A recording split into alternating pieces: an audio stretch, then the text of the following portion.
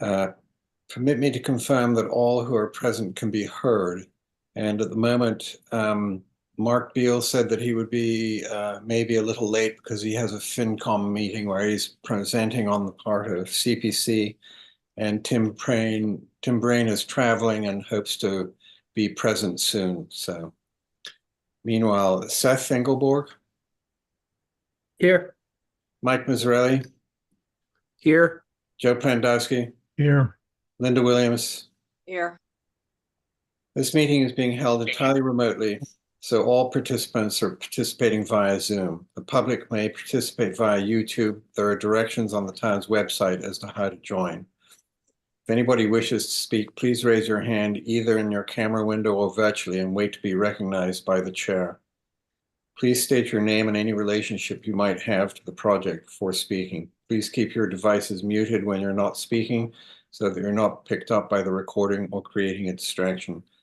Please note that this meeting is being recorded and that some attendees are participating by video conference. Accordingly, please be aware that others may be able to see you and take care not to screen share your computer. Anything that you broadcast may be captured by the recording. We'll start this meeting with public comment on items not being heard this evening. And Tim, welcome to this evening's hearing. Can you hear me? I can, thank you. Sorry, I'm a little late. Not at all. I was a little late too. So any public comment? So seeing none, this takes us on to notices of intent. Sconset Beach Preservation Fund, Town of Nantucket, 41 through 119 Baxter Road. And to whom shall we cede the Stephen Cohn? Good evening. Thank you, Mr. Chair. I appreciate everybody joining us tonight. And I wanted to start with just a little bit of business, which is that has the commission decided how it's going to proceed with scheduling? And what I mean by that is a couple of things. One is that I think it would be really heavily in the public interest if we had an understanding that we would try to have a decision before town meeting, because there'll be a warrant article related to this at the May 7th town meeting. And that, of course, in order for that to be ready, that means realistically finishing the hearings by the end of March so that the commission has April to discuss its decision-making process, which I know you already know. So, one of them is about scheduling sufficient hearings essentially in the next 5 weeks. And then the other issue is just sort of dealing with how the commission is going to deal with the members of the public who have presentations and other things like that. I think that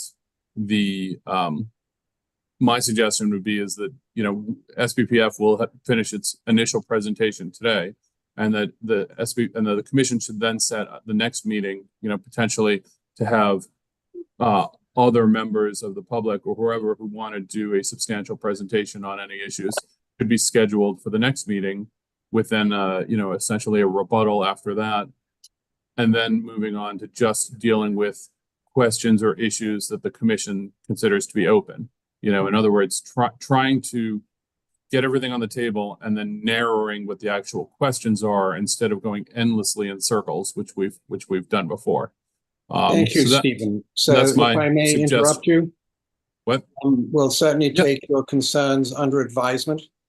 And our next meeting is, let me see, our next meeting is March 7th. And so hopefully we will have at that point both a contract with an independent reviewer, which I believe we've had an answer.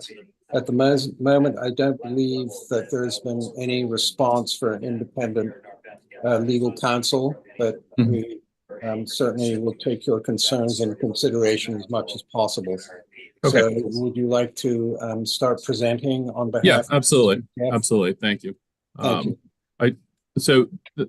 At the last meeting, what we covered was a bit of background, who the parties are, how we got to where we are, and what the design of the project looks like. What we're going to cover today is essentially the design under the performance standards. So before it was like how we designed this project, and now it's going to be how that design complies with the performance standards, which also is going to include mitigation activities, data collection, oversight, public benefits, potential failure criteria, the operations and maintenance procedures that would be designed to avoid some of the missteps that have led us to the problems that have been identified and hopefully avoided. And then again, just how everything is in compliance with both the State Wetlands Protection Act and the local bylaw.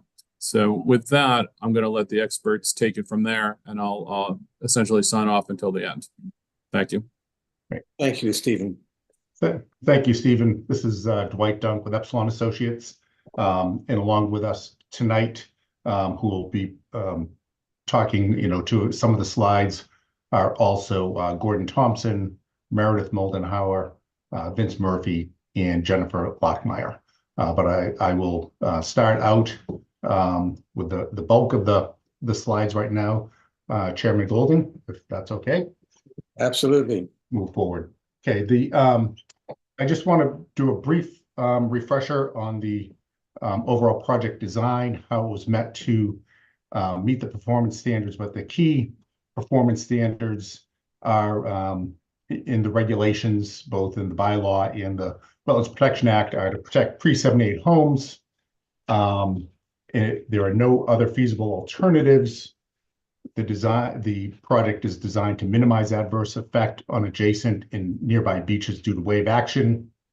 That we use the best available measures to minimize those effects and vegetate the face of the coastal bank.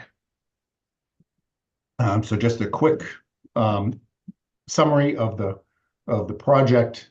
Again, phase 1 is proposed to have sand covered geotube array from 117 with the returns extending on to 119 down to 77. That's the phase 1 sand covered geotubes.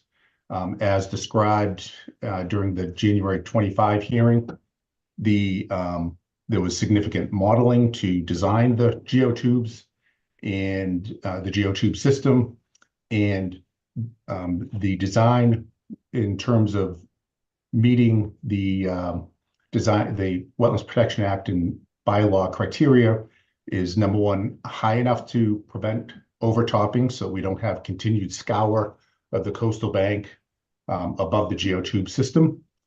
Shallow angled returns, so at either end, the slope of the geoface the geotubes is sloped, and then the sand template is basically the on-site sand stockpile, which will be used to recover exposed geotubes to nourish the littoral drift system to compensate for the placement of the geotube structure to stabilize the coastal bank.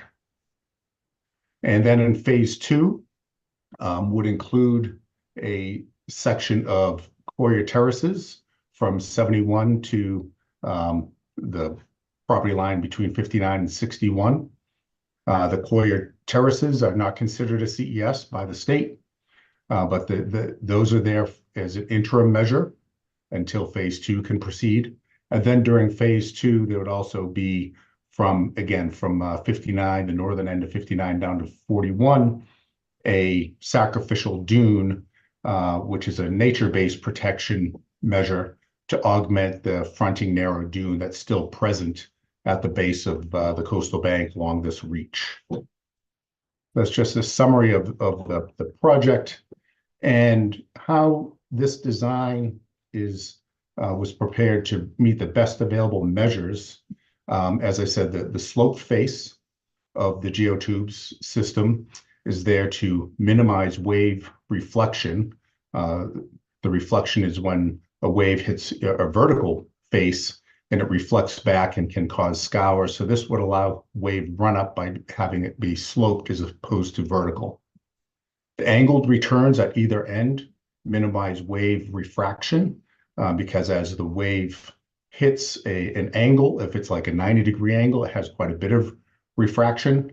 and that can cause scour, call it end scour on either end. So by having a narrow angle, a shallow angle, it minimizes that refraction.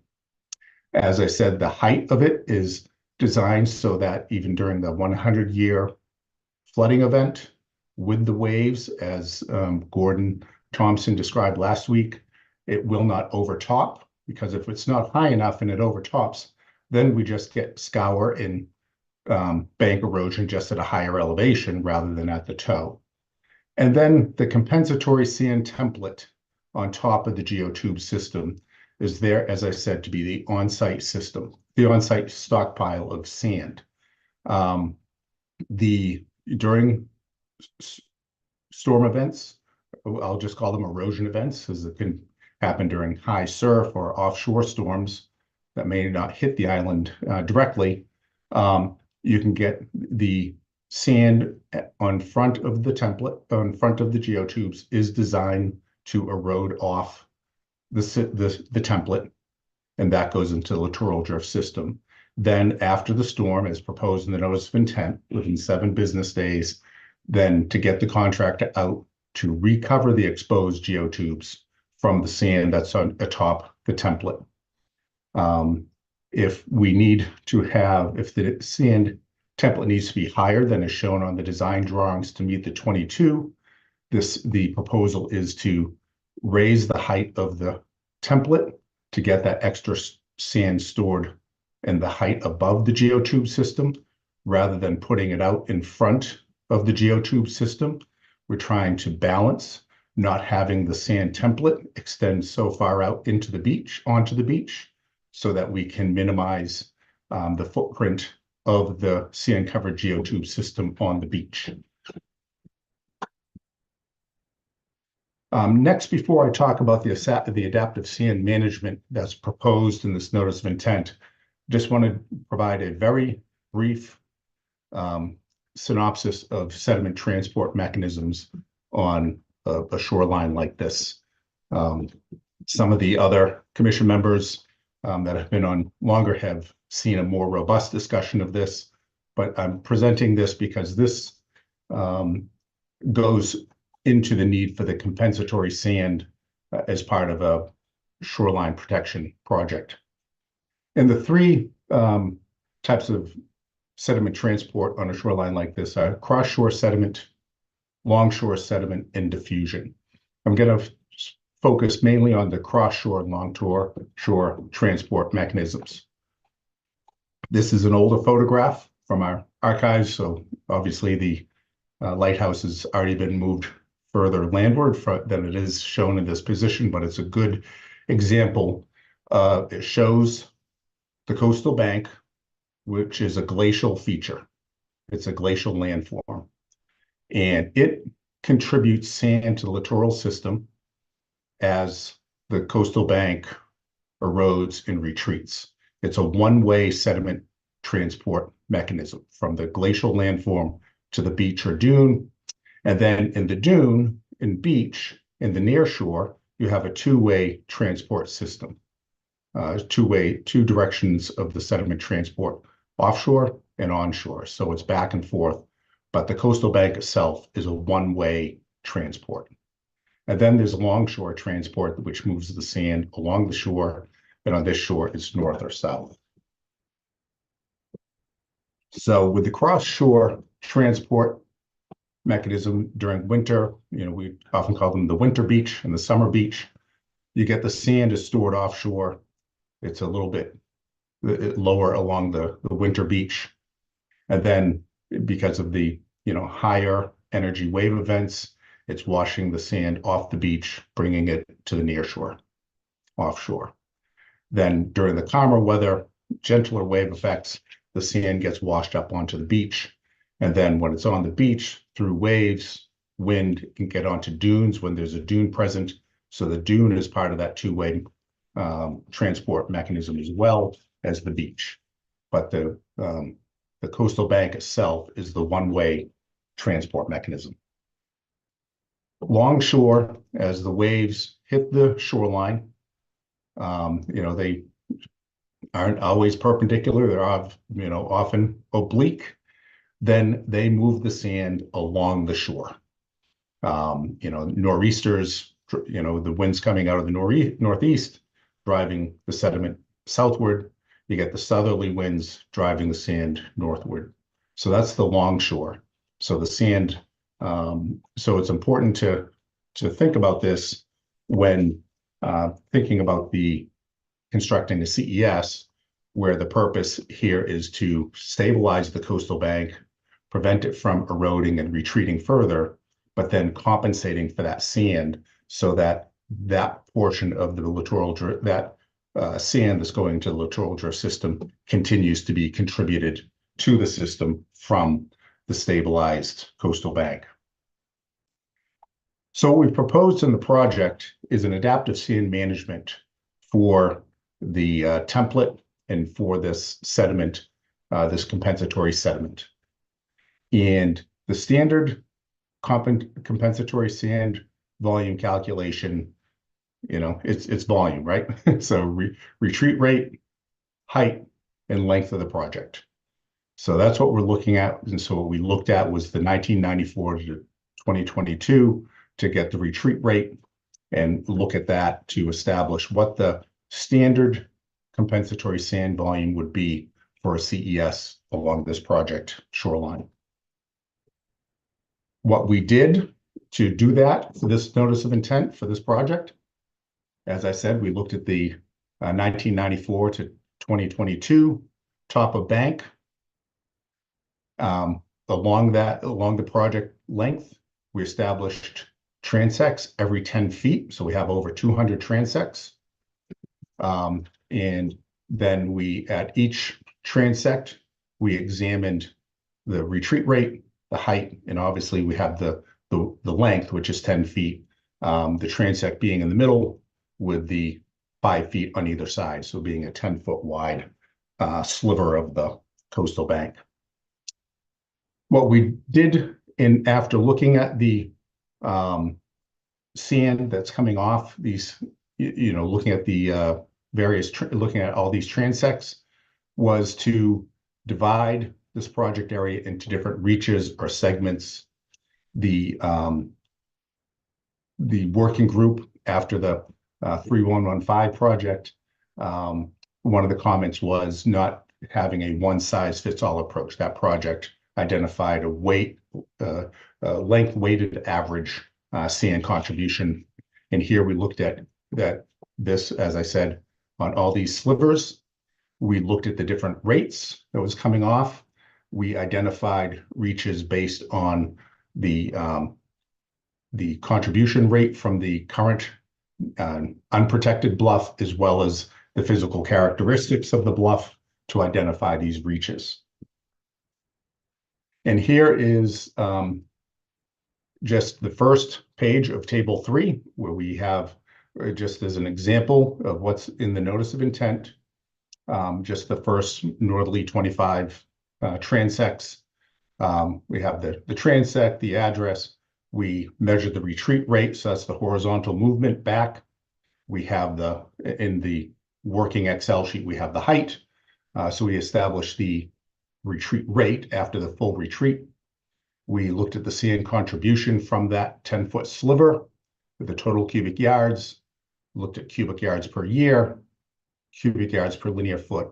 And then what we look at here to establish the retreat rate and the contribution rate is the average annual contribution in cubic yards per linear foot per year. We did this for all 200 plus, I think it was 287 transects. And then we looked at those by reaches. And what we see is reach 1 has an average annual contribution rate of 6.3 cubic yards per linear feet per year. Reach 2, which includes the current pilot project, which was 12 feet cubic yards per linear foot per year. That hasn't changed because there hasn't been retreat of that coastal bank, but we looked just to the north and south of that, and those were 9 and 9.1. Reach 3 had 4.1. Reach 4 had much lower retreat rate. So what we see is that's the average contribution per year. So if we were to look at this in reaches, we could look at, providing that compensation each year by reach to those amounts. What we've proposed with this adaptive sand management is when the geotubes are constructed, to fill the template to 22 cubic yards per linear foot per year. So that gives a large oversized reserve of sand on the coastal bank above the geotubes.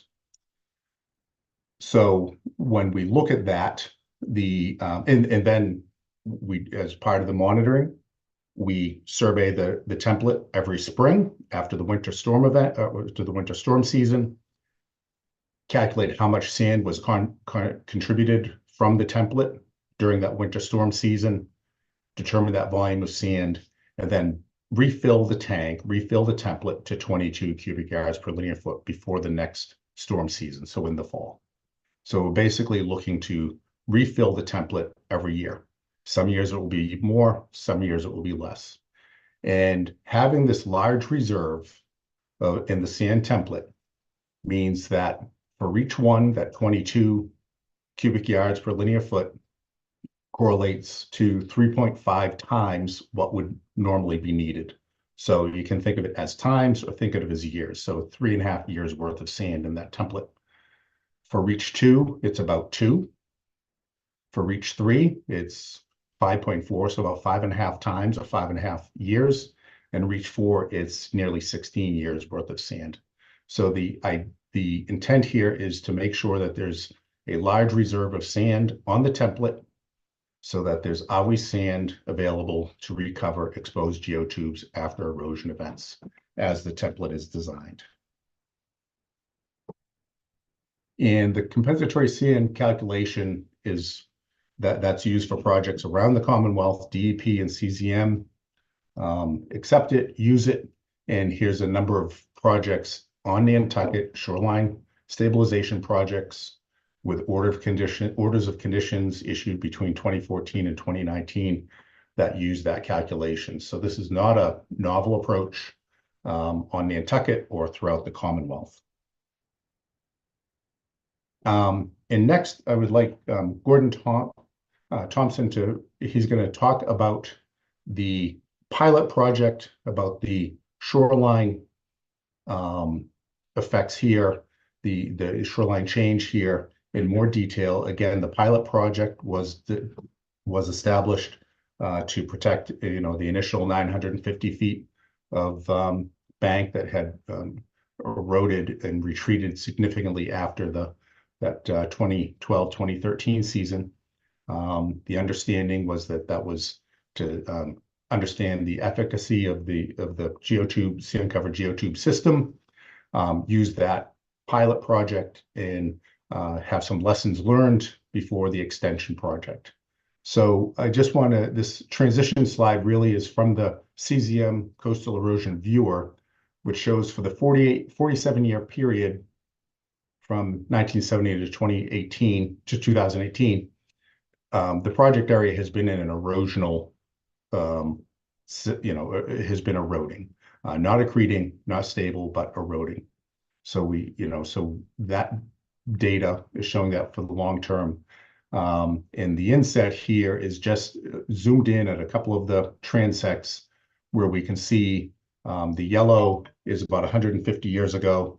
The mean high water is quite a bit off of the current shoreline. It moved in 43 to 69, again 70 to 82, and then it's been migrating in and out generally from 1994 to 2009 back to 2000 and 2007, 2009. What this is, it's a planning level document. It documents the mean high water position, basically a meta-analysis data for evaluation by CZM. And what it really does is show that this is a dynamic shoreline.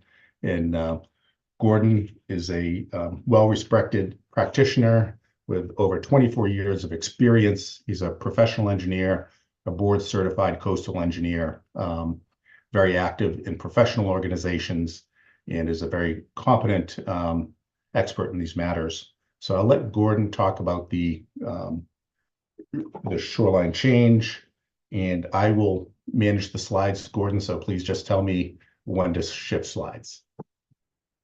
Great. Thanks, Dwight. Thank you. Just a second, please, Mr. Thompson. Thank you, Dwight. And I'd just like it noted that Mark Beal has joined. What time did you join, Mark? Are you aware? Yes, thank you. I joined at 5:08. Great. Thank you, Mark. So go ahead, sir. Well, great. Thank you very much for your time. Appreciate it this evening. I'm going to start off with essentially what our summary is in looking at the shoreline retreat along the Sconset shoreline. And as Dwight had indicated, there's been a history of shoreline retreat. And so we can't attribute the shoreline retreat that we're seeing throughout the entire Sconset shoreline to the north and to the south to the geotextile tube system.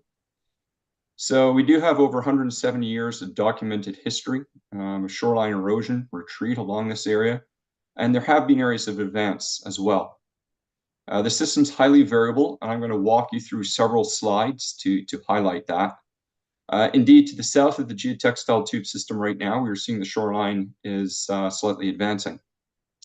North of the geotextile tube system, it is receding, though it's less than in front of the geotextile tube system. And there's also been a comment about the geotube project impacting on the Greenhill property. So I've put that in as a placeholder in these future slides so that you can understand kind of the scale that we're talking about. Next slide, please, Dwight.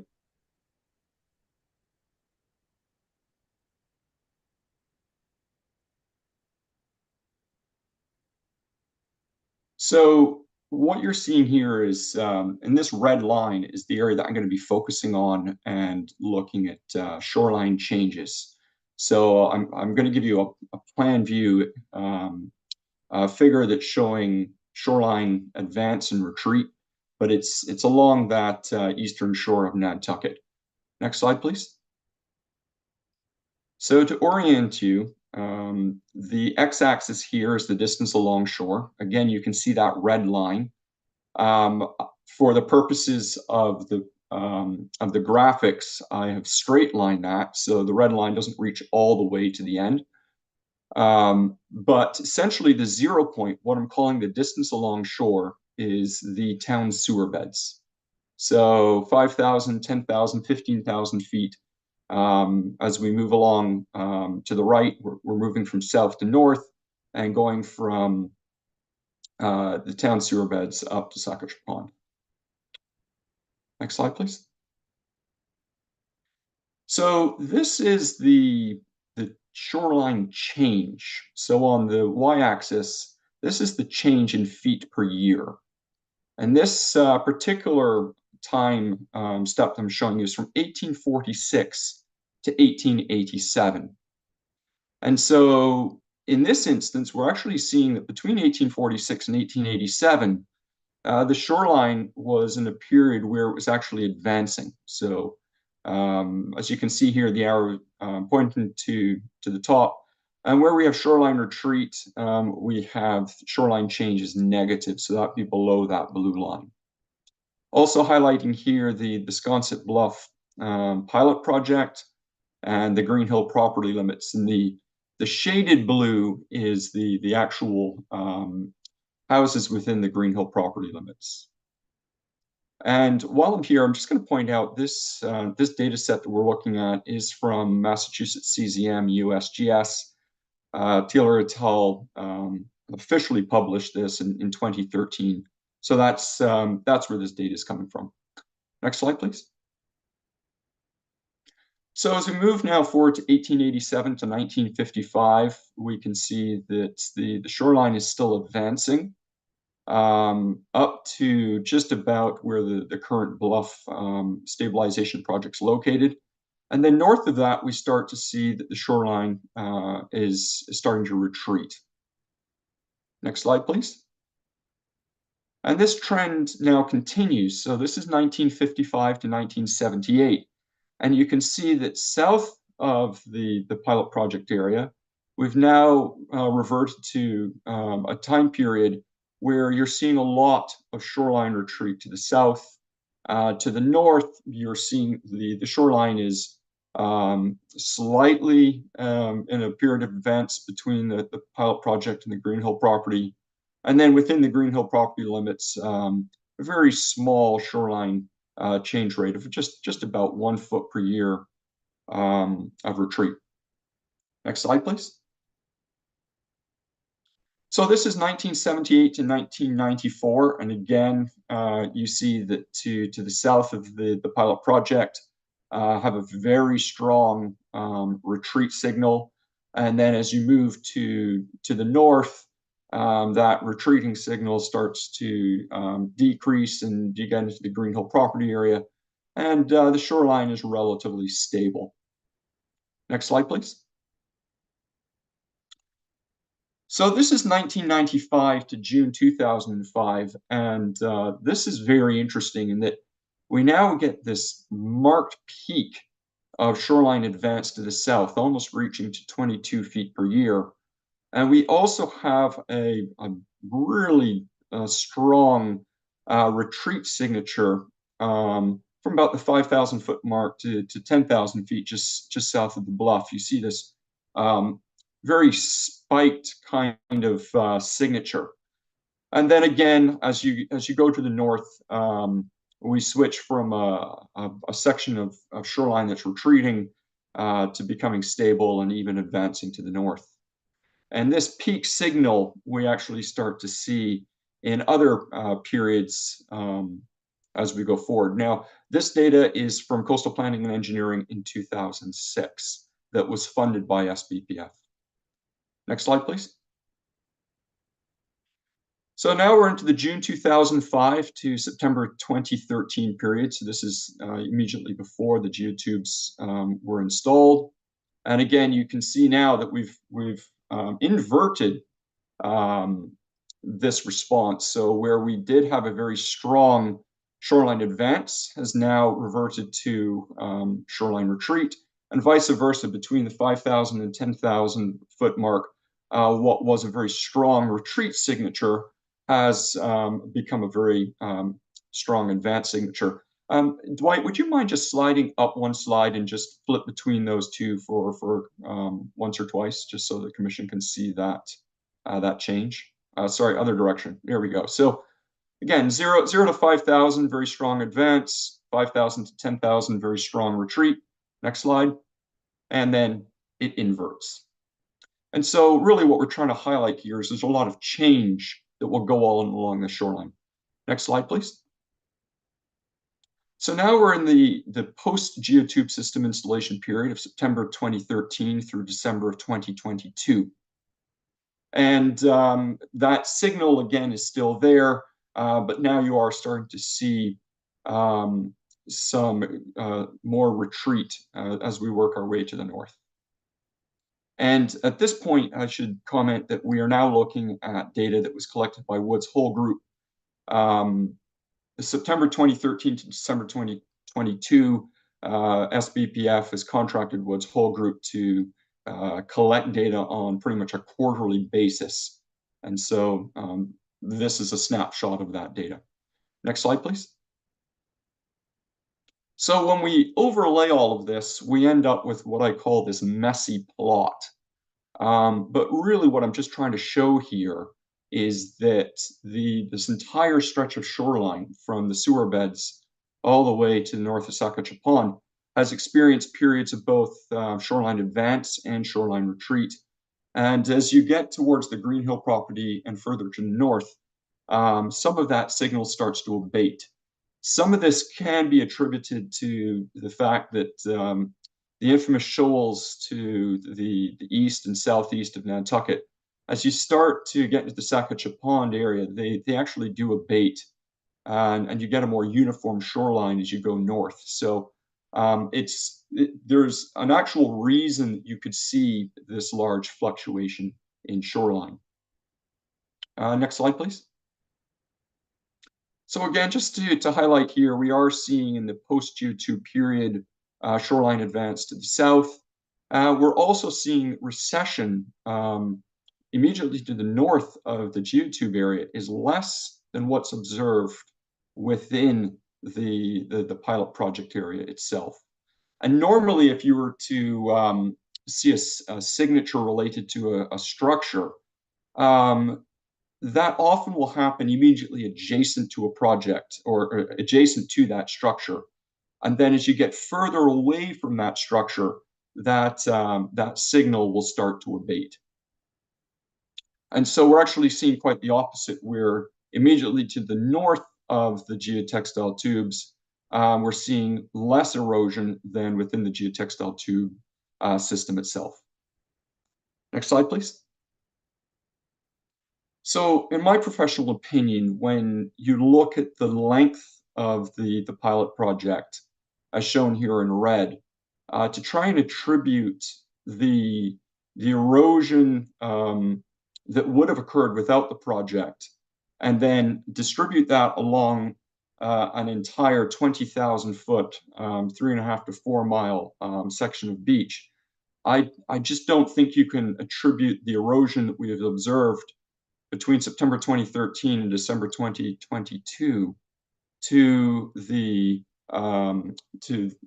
geotextile project.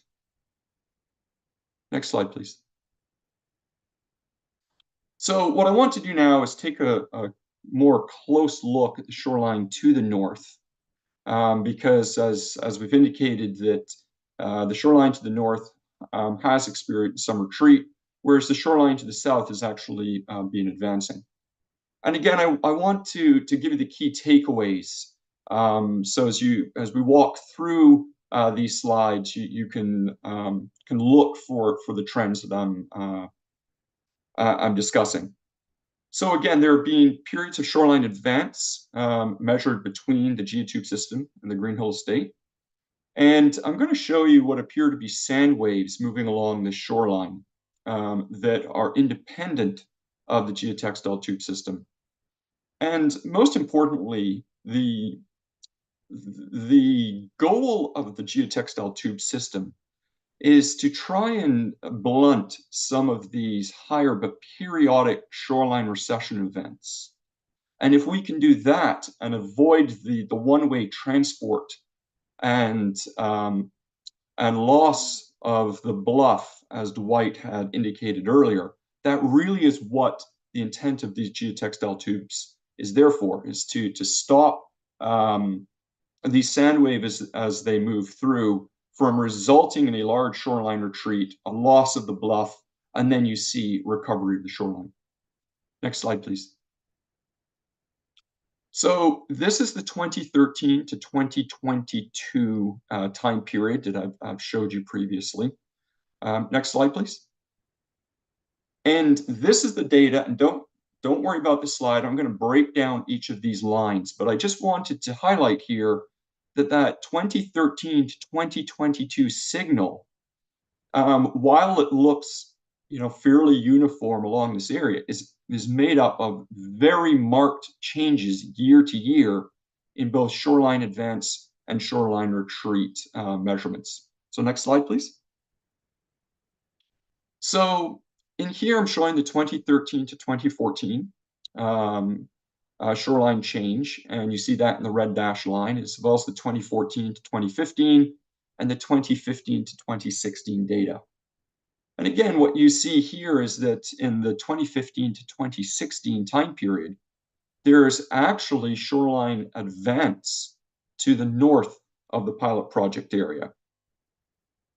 And so it's not this uniform shoreline recession everywhere that can sometimes be viewed if you just look at very long time periods. Next slide, please.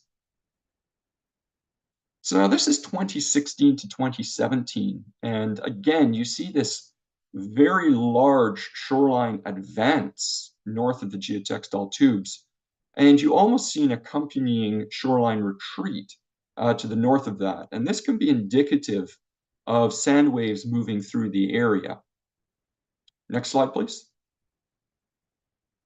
And why I say it's indicative of potential sand wave is you again see this marked flip-flop where one area that was experiencing a lot of shoreline retreat all of a sudden inverts to a shoreline advance and vice versa.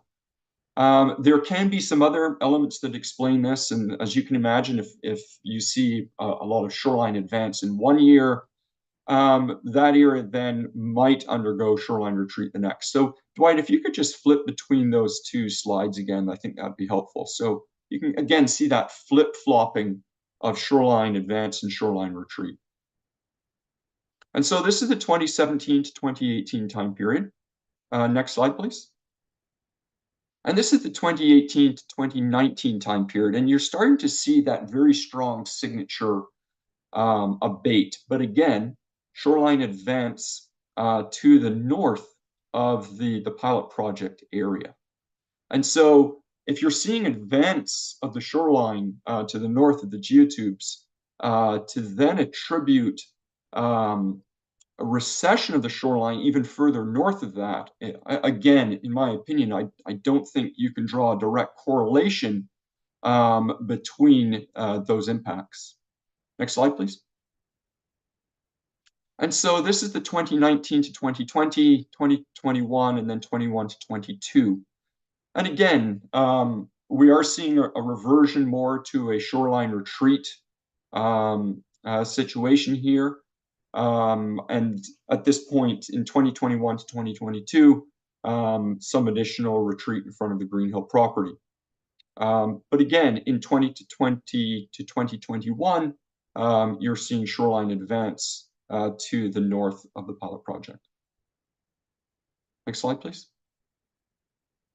So again, this gets us back to that very messy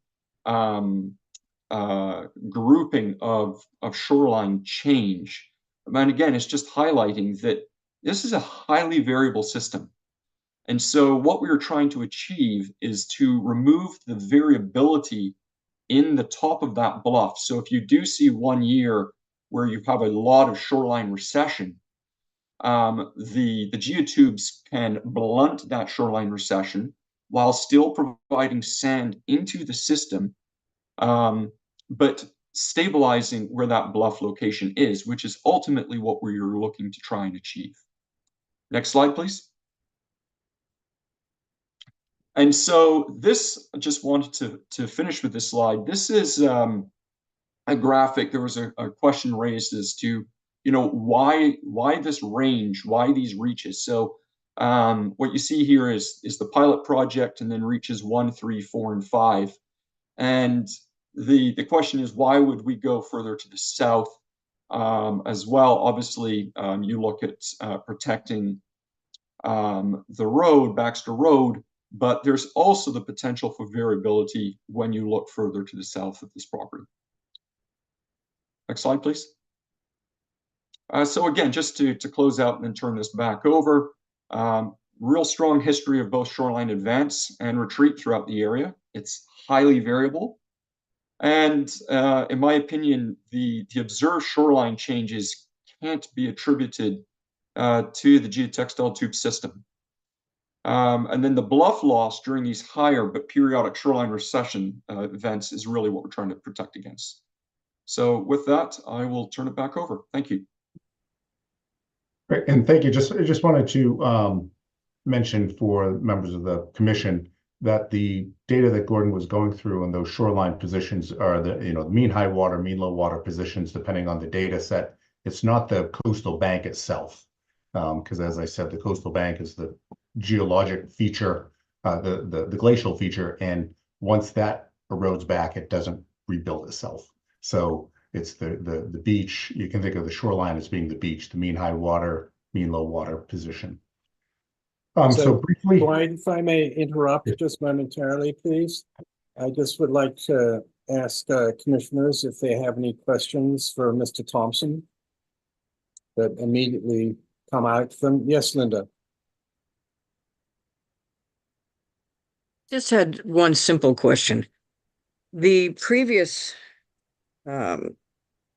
sand amount that was required in the original.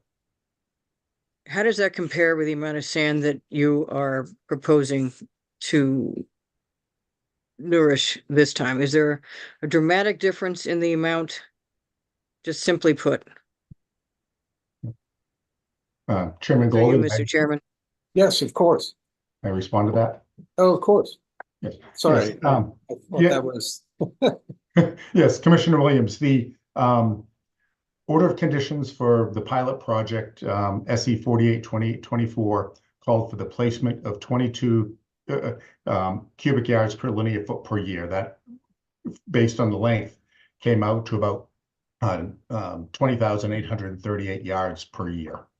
And that was to go onto the template, so that the template, being the on-site stockpile, would have the sand volume to recover the exposed geotubes after erosion events. That wasn't the amount of sand to be put into the littoral drift system. It was the amount of sand to put on the template to be available to re-nourish to make sure that the project contributed sand to the littoral drift system in a similar manner as the unconstructed bluff.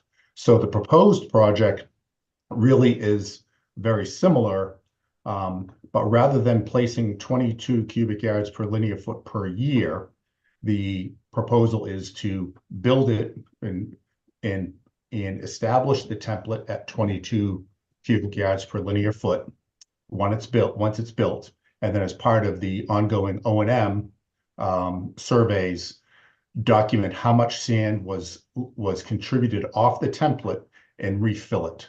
So let's say on average it was 7 yards per cubic yards per linear foot in that year. It would be backfilled to 22, which would equate to that 7. If it was a heavy year with 12 or 14, that means more sand would have to go in a heavy storm event year. So that's the difference, Commissioner Williams, between the adaptive management versus the same volume every time. You think about your car. That's one of the analogies from the DEP section chief at the time. He called it refilling the tank.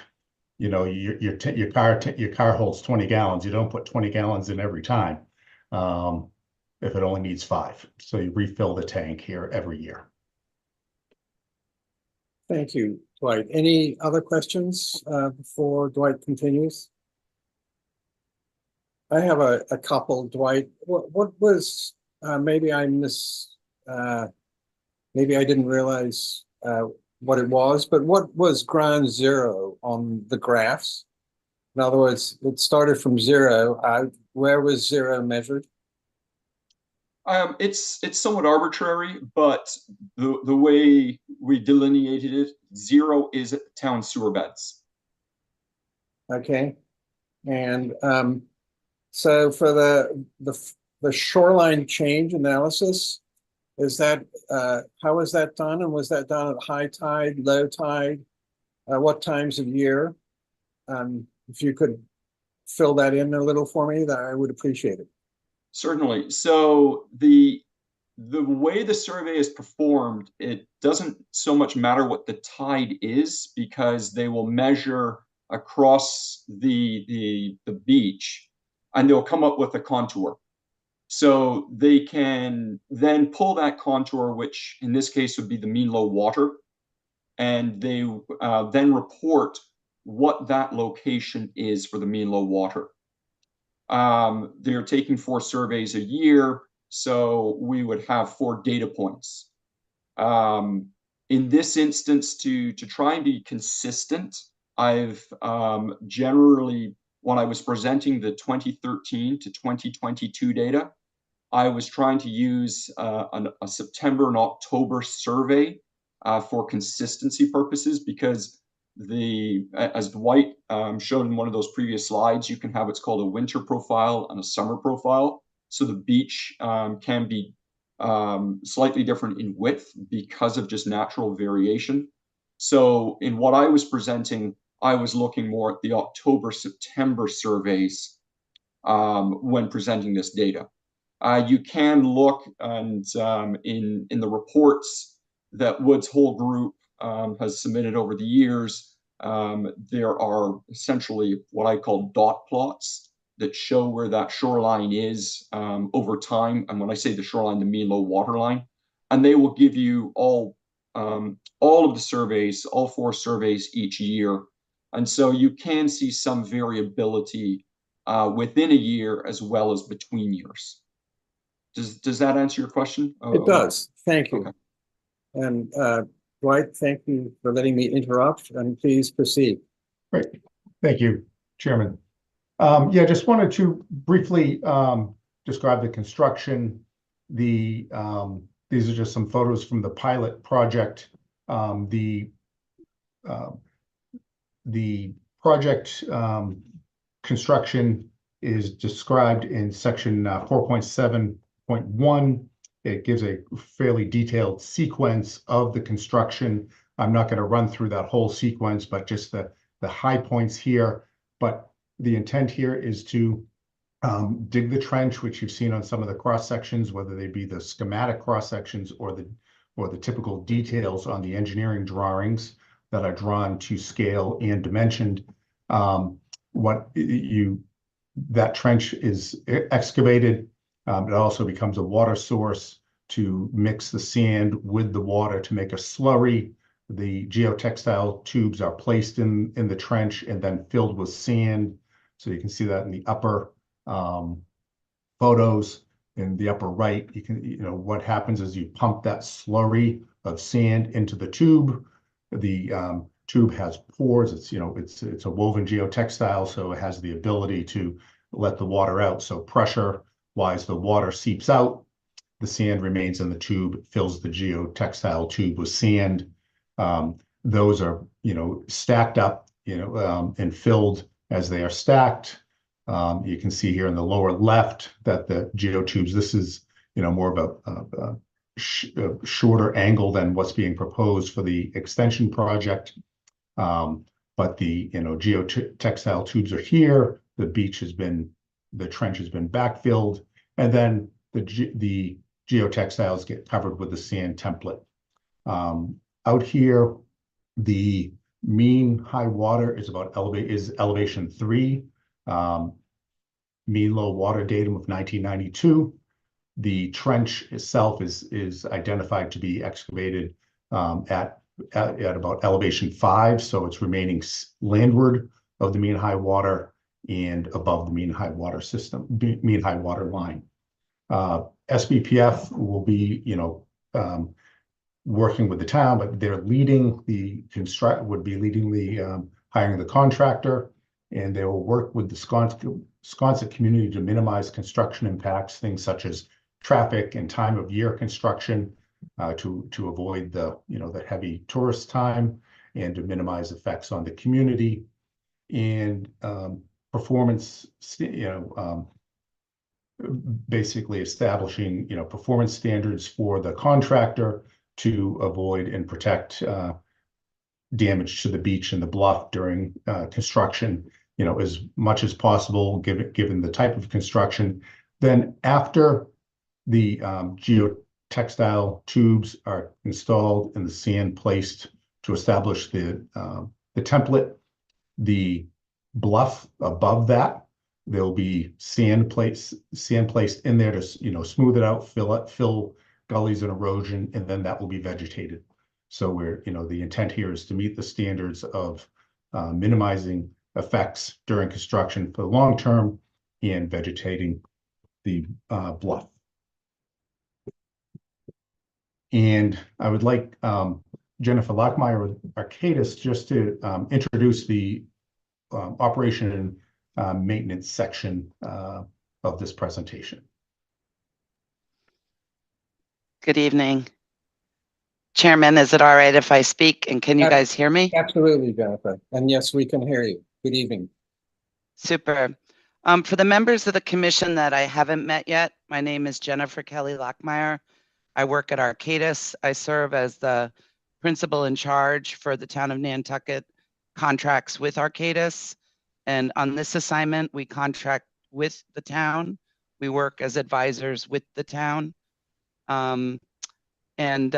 Personally, I have over 35 years experience. I am a professional engineer in the state of Massachusetts. I'm also a board certified environmental engineer. We've been working with the town since 2020. And one of the first assignments was the Coastal Resilience Plan. Through that work, we've learned a lot about the town's goals and desires. And then we were also working on the long-term plan for the utility and access continuity along Baxter Road. So through those assignments, we've really come to know this area. And we also learned a lot about what the issues were in terms of maintenance on the pilot program. We had several conversations with the commission and the town together to really understand what some of the pinch points were on the pilot program. So in this filing, in the NOI, it's section 6, and then attachment H is the operation and maintenance plan. And the town really did a lot of work on this as well, the Natural Resources Department. And we're excited that it addresses a lot of the pinch points that, you know, were problematic for the town and the stakeholders previously. And so the manual, as you see in the attachment, it includes major elements that address the maintenance, monitoring, reporting, and really spells out roles and responsibilities because it needed more clarity there. It also expands on the economic responsibilities. You can go to the next slide, Dwight. Yes. And so here are just an overview of some of the routine activities, including the monitoring and reporting, replenishing the sand template, recovering the exposed geotubes yearly, and maintenance of beach access points. And then the post-storm activities are also spelled out in here, which include inspecting the template, the authorized contractor for recovering the exposed geotubes when needed, repair the sand delivery point, repair any damaged geotubes, and conduct other repairs as needed to maintain the integrity of the tow protection system. And with this, I'll turn it back to Dwight, although I'll pause, Commissioner, Chairman, if you have any questions for me. Thank you, Jennifer. Any questions from the commission? And apparently they're holding fire at the moment. So I'm not going anywhere. I'll be right here. okay. Great. And I'm just going to talk briefly on the monitoring reporting on the O&M, but looking first at monitoring reporting. But I just want to mention what Jennifer said was the town, you know, this the bullet probably is a little weak here, which says Arcadis reviewed the O&M manual. Arcadis and the Natural Resource Department really were partners. We worked together to develop this O&M manual. It wasn't SBPF preparing it and it getting reviewed and comments, but we really spent time working together on it to make sure it was a robust document to address the concerns of the town. And, you know, Mr. Murphy was very involved with this too. So, you know, it really was a concerted effort between all the parties here. So we just wanted to mention that, you know, here in the monitoring, there are some changes from the current pilot project. Again, the pilot project was just that. It was the first project.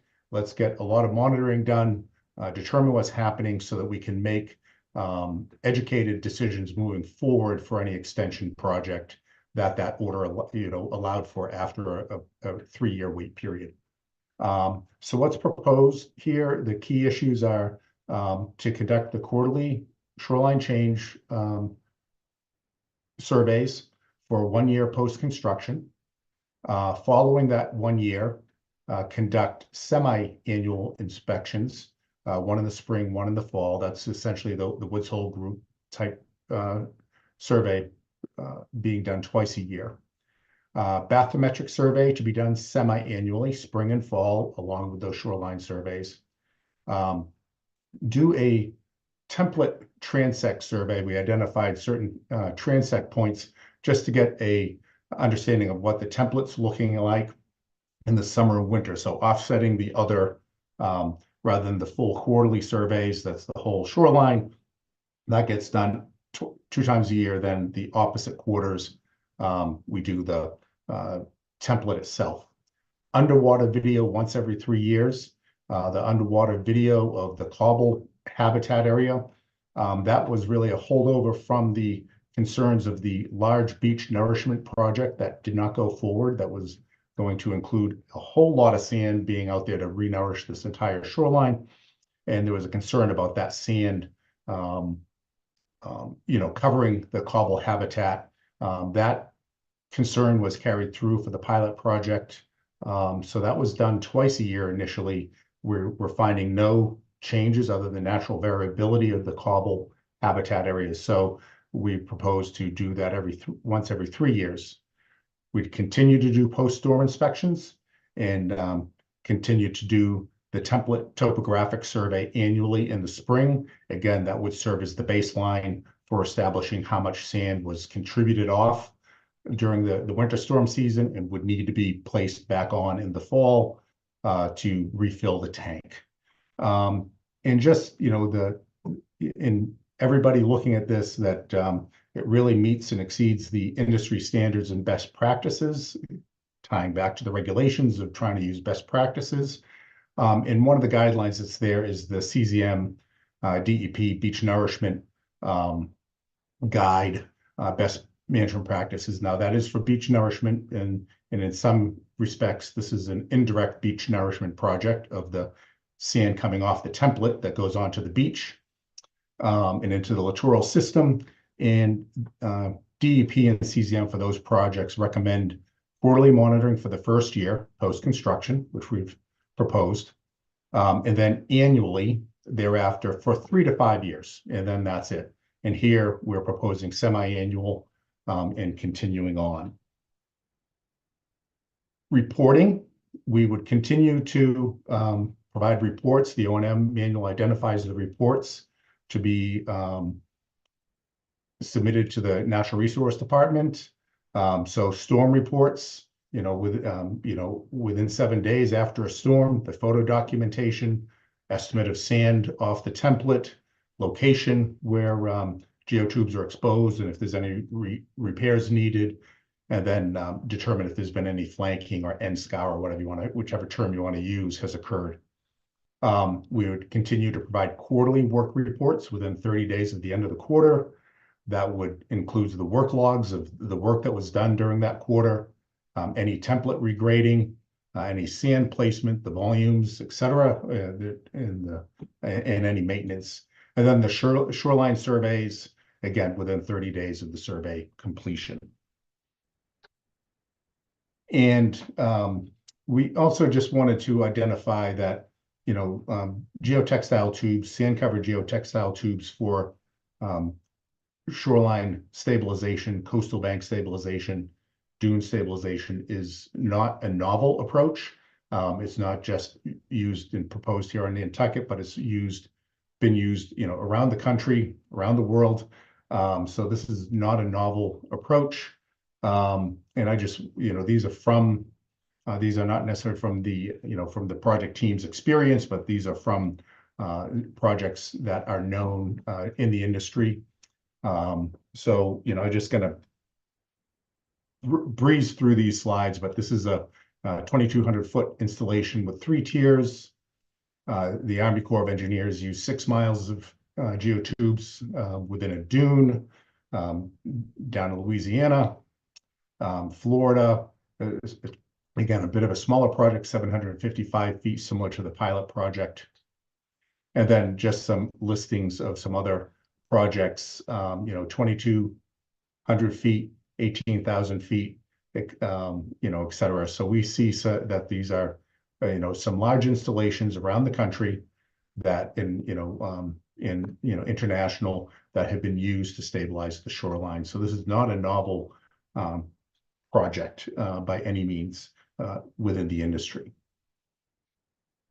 In terms of the roles and responsibilities, I would just like Meredith Moldenhauer to discuss this briefly, and Mr. Murphy will also, talk about this slide and the next slide. Good evening, members of the commission. Meredith Moldenhauer, board member for SPPF. The O&M manual was created in concert with the town and in response to many of the lessons learned over the last 8 to 10 years. We think that it's really important, and I'm covering this section of roles and responsibilities as they are important to create a culture of accountability. We have clear roles that are listed in a chart that is part of the O&M manual, which includes primary persons of responsibility for each and every of the critical aspects of the project. We present to you this operations and maintenance manual, which we think fills in all the gaps in responsibilities, lays out responsibilities, and also tells you who and how to contact them. This material is based on a joint effort with the town and Arcadis and SBPF, as you heard earlier tonight. We worked together to listen to past comments from the Conservation Commission and others in the town, and we created this step-by-step approach, which should give the commission and the town confidence that you may not have had in the past. All costs associated with the installation, operations, maintenance, and monitoring of the geotubes are the responsibility of SBPF. We outlined that in the O&M manual. We do identify that there will be some efforts for obviously fundraising, grant funds, and other aspects. But SBPF has borne these costs since the initial permit of the pilot project back in 2013. We have always been transparent that this extended project is financially essential, and that the project that is proposed now today before you will provide the needed economies of scale that is required. We are happy to be partners with the town. We'll continue to review and have them as our checks and balances on each of these elements. And I'll turn over to Vince Murphy from the Natural Resources Division to go over kind of how we see this joint relationship, especially as spelled out in the O&M manual. Thank you very kindly. Ian, with your permission. Absolutely, Vince. Thank you very kindly, Mr. Chair. Vince Murphy, Natural Resources Department. In developing the operation and maintenance manual, it's been said a few different ways, but it's worth underlining and underscoring the fact that it's also a strong response to dealing with the historic issues, and to put that behind us and have a new format to move forward with, to understand who does what, when, and how. So one of the things that was most crucial is that it outlines everyone who has a responsibility and a secondary person to fall back on. So there's a primary and a secondary person named in each role. As it happens from the town side, if there's anything that has to come towards the town side, it starts with me as the Sustainability Programs Manager, and the fallback person is the Town Manager, Libby Gibson. So and that's the same through SPPF. They have their nominees for each role as well. And we have the oversight channels in order to make sure that we can understand what's going on with the project, open lines of communication so we can have know our respective opposite numbers to contact and say, hey, what's going on? How is this going to get resolved? When's the report due? When's it going to arrive?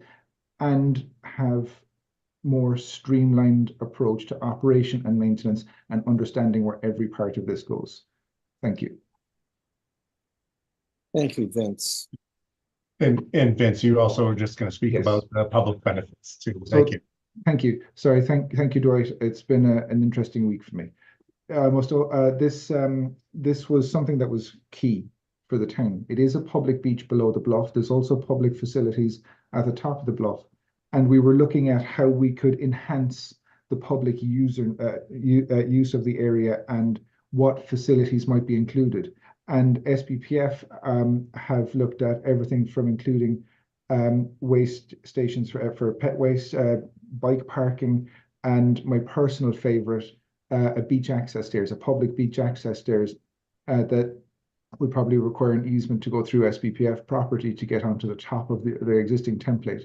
They have done one as a concept design, and it would give direct access onto the top of the template and then directly onto the beach as well, through the ramps that are at either end of the template. They would also look at the town from our side would also look at undertaking water quality monitoring to understand it as a potential beach swimming location, as happens in many other places. There's a sign here for Nobadeer, and this is the same for every swimming beach around the island. It's usually undertaken at lifeguarded beaches and frequently used beaches, but this would be an easy addition to understand the water quality in the area. Not that this would be a lifeguarded beach, but we would look at it in terms of water quality to see how it is acceptable water quality for the public.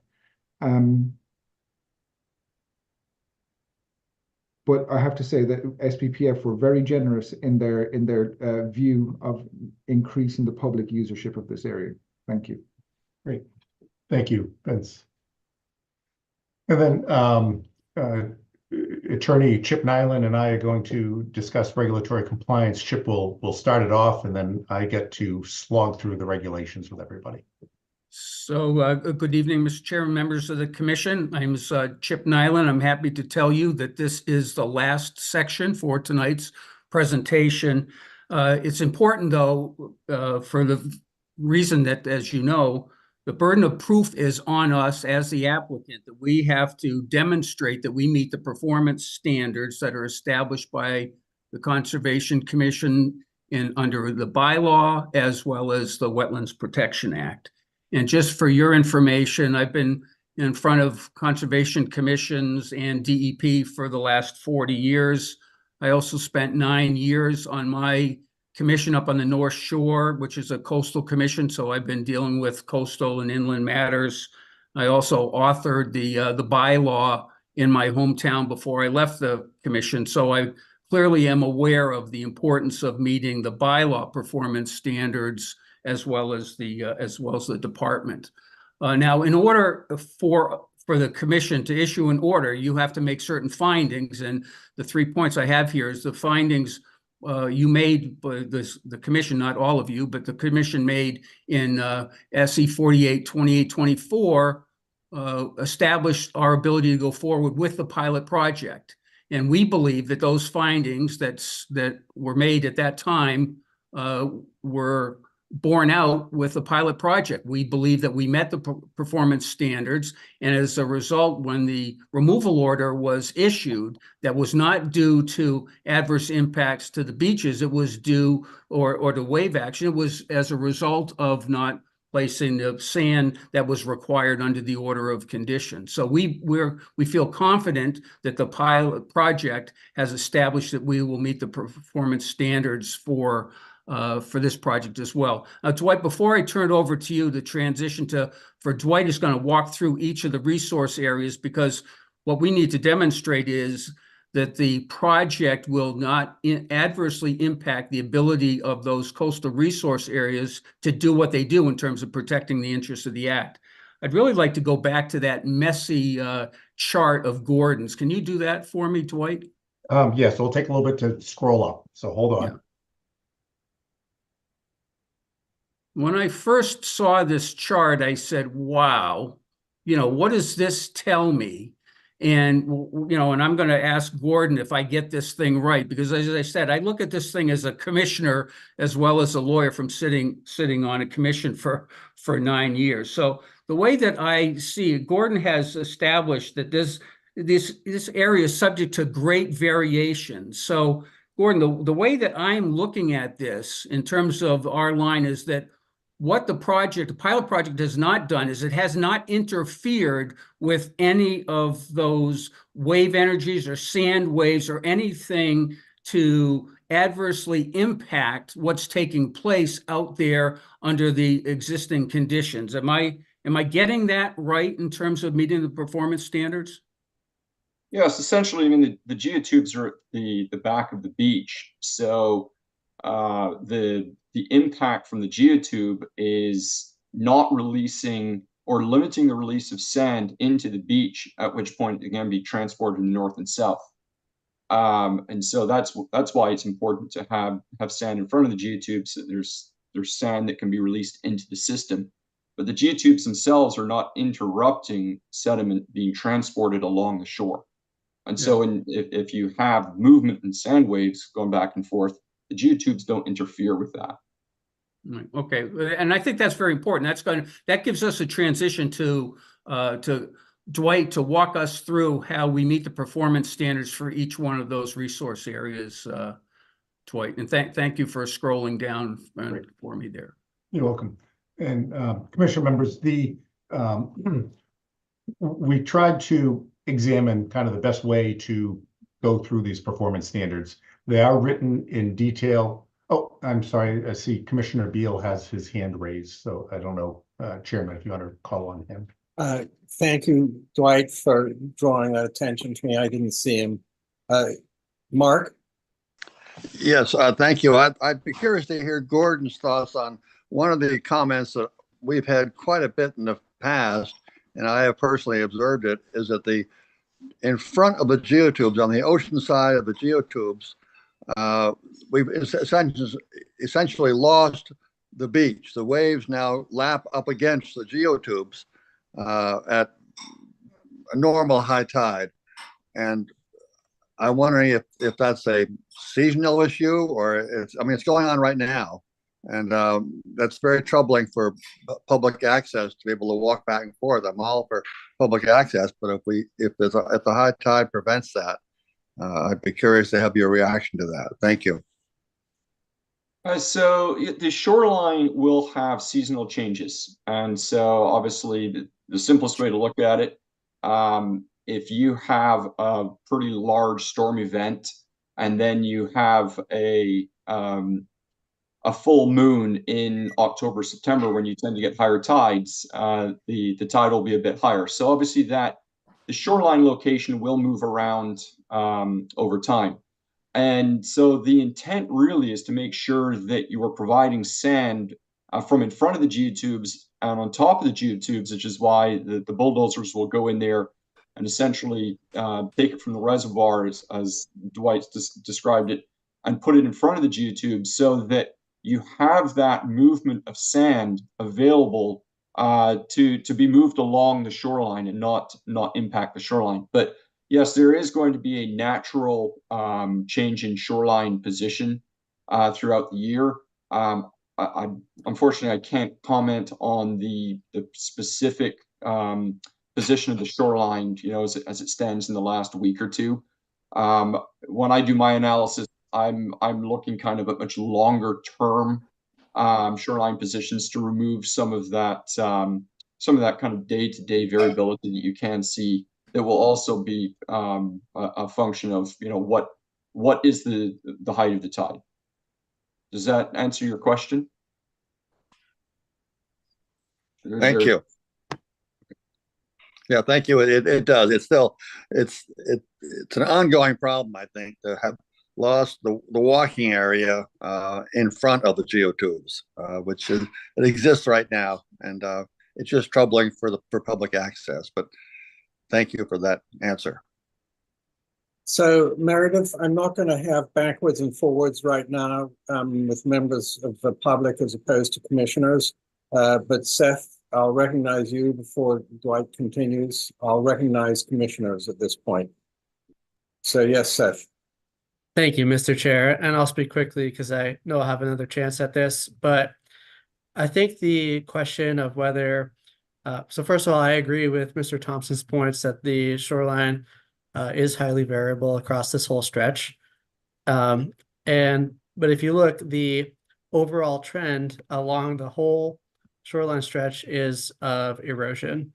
I think the question as to whether the geotubes are specifically causing that or not remains unclear. Some experts have posited that it doesn't, some have posited it does, but it remains unclear.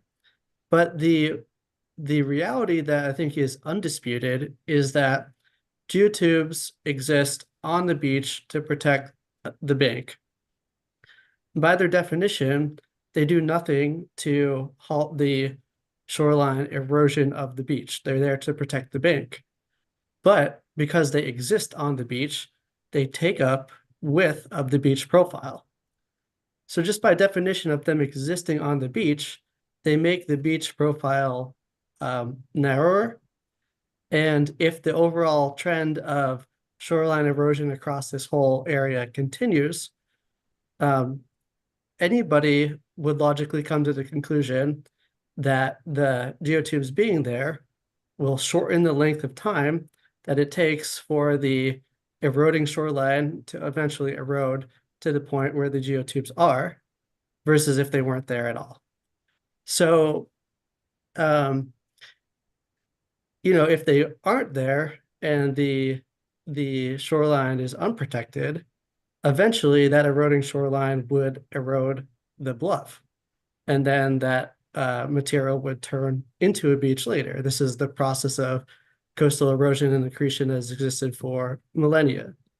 So I think we do have to consider not only the fact of what are the downdrift impacts of the geotubes, what they may be to adjacent beach areas in terms of blocking longshore sediment transport, but we also have to consider the fact that their installation, their construction on the beach profile itself decreases that beach width and then shortens the time that it will take for the erosion to eventually reach the toe of that installation.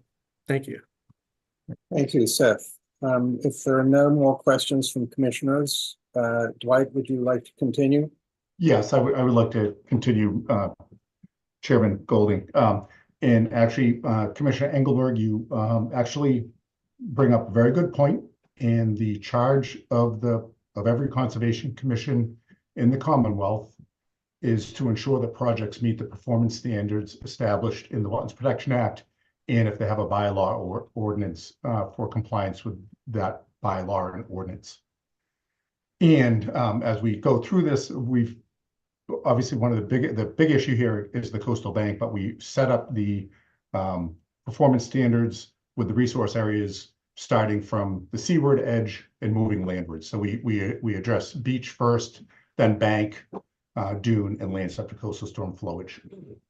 And in the notice of intent in section 7, we actually go through each performance standard and provide a discussion of how the project meets that standard, or if it's not applicable, that it's not applicable. What we've done here is try to give a very bulleted short version of the performance standards for the Wetlands Protection Act up above and the Nantucket bylaw performance standard below. Again, this is a very shorthand, and then we've highlighted in red the more notable performance standards that we're going to discuss here verbally, but please note that in writing in the notice of intent, each one is addressed. So projects for Wetlands Protection Act for coastal beaches, 1027.3 projects, CESs are not supposed to change beach form. However, projects that allow for a CES, a coastal engineering structure, to protect pre-1978 homes are allowed on a beach. So therefore, the prohibition in 1027.3 is not applicable because this project is proposed and complies with the Coastal Bank 1033A standard.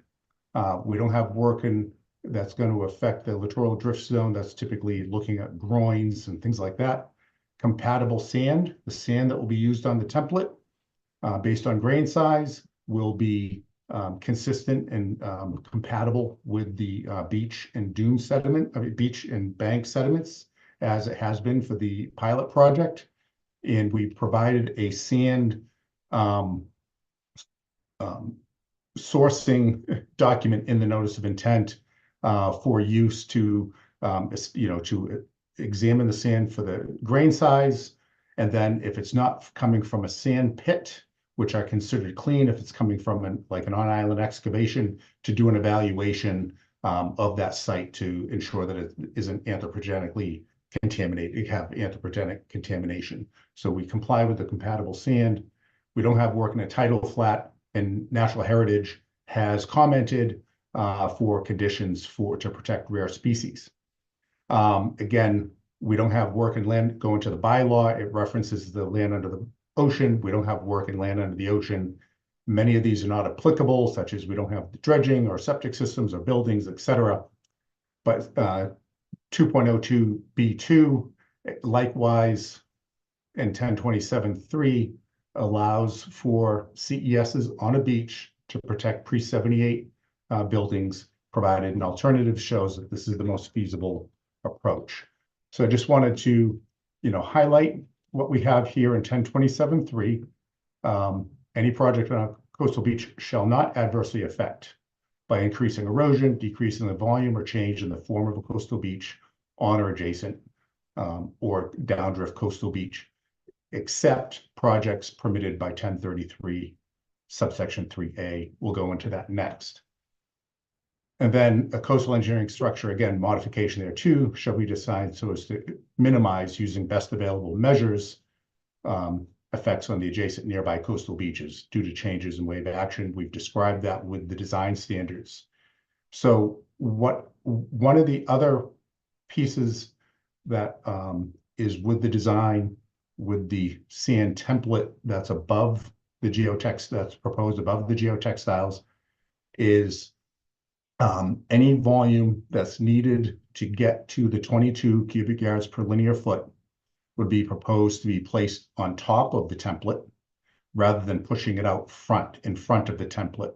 We're trying to balance the extension of the sand, with the geotubes and the sand out onto the beach to make sure that there's enough sand in front of the geotextile tubes to protect them and have a good volume of sand when there is an erosion event to go into the littoral drift system, and that the stockpile is up above on top of the geotextile tubes so that it's there to be reused during that year, and then it's refilled. So we're trying to balance that occupation of beach for the CES, as well as providing the sand for ongoing maintenance.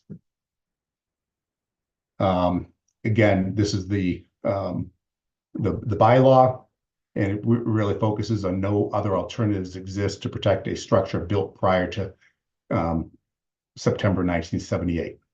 And then no suitable alternatives. We presented alternatives during the January 25 hearing. We provide an evaluation of the homes along the project, and based on the review of the building department data, that all the homes here are pre-78, and that improvements there too do not meet or exceed the substantial improvements, except for 41. But remember, from 59 down to 41, what's proposed there is the sacrificial dune, which is not a CES. One of the other things that I wanted to point out, and Commissioner Engelborg brings that up, he talks about the science, which is important here. But these are regulations to implement coastal protection. Now, these regulations were authored were promulgated in 1978. And the authors at that time, they do identify, and I'm just going to toggle up, well, actually, we'll get to the coastal bank, but any project on a coastal beach shall not have an adverse effect, blah, blah, blah, except for any project permitted under 1033A. Because 1033A allows for a CES to protect those pre-78 homes, buildings. Sorry, the state regulations say buildings, the local bylaw says structures and infrastructure. And there was a balance there because you had current property owners with properties and buildings along the coast. Now you have a new set of regulations come into effect that would prevent those from being there, prohibit them from being there if they weren't already built. So there was a balance there by the authors of the regulations as promulgated by then the Department of Environmental Quality Engineering, and have been the regulations since then. So the balance there is science, private property rights and protection. So that's, where science interfaces with law and interfaces with private property ownership. The coastal dune, the work that we're proposing on the coastal dune, there's really no work on the coastal dune. There's no structures on the coastal dune. There's no walkways. There's no septic systems, et cetera. So you can see much of this is not applicable. The work that's proposed is to augment the narrow fronting dune by placing sand in front of it and up to a height of the existing dune vegetation, so that dune vegetation does not get covered by this project, by this sacrificial dune. Now, the big kahuna, so to speak, here is the coastal bank regulations. And that's really what we're talking about here with the sand-covered geotextile tube element of this project. And again, I've focused on 1033, subsection 3, SCES for pre-78 structures. Similar language is allowed for in the bylaw.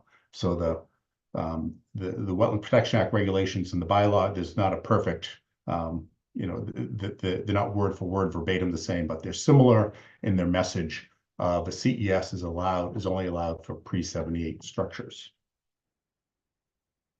And again, here, this is where we started out with looking at the design. And Commissioner Engelborg, this is where the authors identified no new bulkhead. The regulations don't include geotextile tubes. Basically, seawalls, groins, and other coastal engineering structures shall be permitted on such a coastal bank, except when it's permitted and required to prevent the damage of buildings that were present when those regulations were promulgated. It includes reconstructions of those buildings, et cetera. But that's where the balance between the science and the regulations in law and private property rights come in. And we've identified minimizing using the best available measures. And as I've said, these geotextile tubes are identified to be at the toe of the current coastal bank. They're stacked, they're as tight as possible to the coastal bank, so as to minimize what they occupy on the beach. The sand would be placed in front of it and would be built up above to meet the 22. So we balance again what we occupy, what beach is occupied by the CES. We've gone through the other methods of stabilizing this coastal bank to protect pre-78 homes, and then we've also included the protective plantings, so plantings of the coastal bank above the template. Again, and then, as I discussed, it's designed to minimize, because again, it's to minimize, it doesn't say have no adverse effect, but to minimize the effect of the project on the nearby and adjacent beaches. So having the slope, the geotextile tube sloped rather than vertical, so that we can minimize wave reflection. The returns, they're covered with sand. It's an angle to minimize wave refraction, to minimize flanking on either end. And then the adaptive sand management program, so that there's always sand being contributed off the template into the littoral drift system to compensate for the placement of those tubes that prevents the natural one-way transport of sediment off of the glacial coastal bank to the littoral drift system. So we're compensating for that sediment transport mechanism. And then the alternatives, again, when we look at that there's, it's the best available measure. So we've looked at the alternatives, and that was presented at the last hearing. And, again, the town's bylaw performance standard is very similar. It actually expands what's protected by a CES compared to the WPA regulations. But WPA regulations are buildings, and this includes buildings structures and infrastructure. The bylaw standard does have a substantial improvement provision to the pre-78 buildings. And we've did an exhaustive evaluation of building department records to support that all these homes are eligible. As I said, the one that looks not eligible is 41, the very furthest south. That is fronted by the sacrificial dune and not a CES. And then land subject to coastal storm flowage. There's presently no performance standards in the Wetland Protection Act regulations. The bylaw does have performance standards, and this complies or it's not applicable.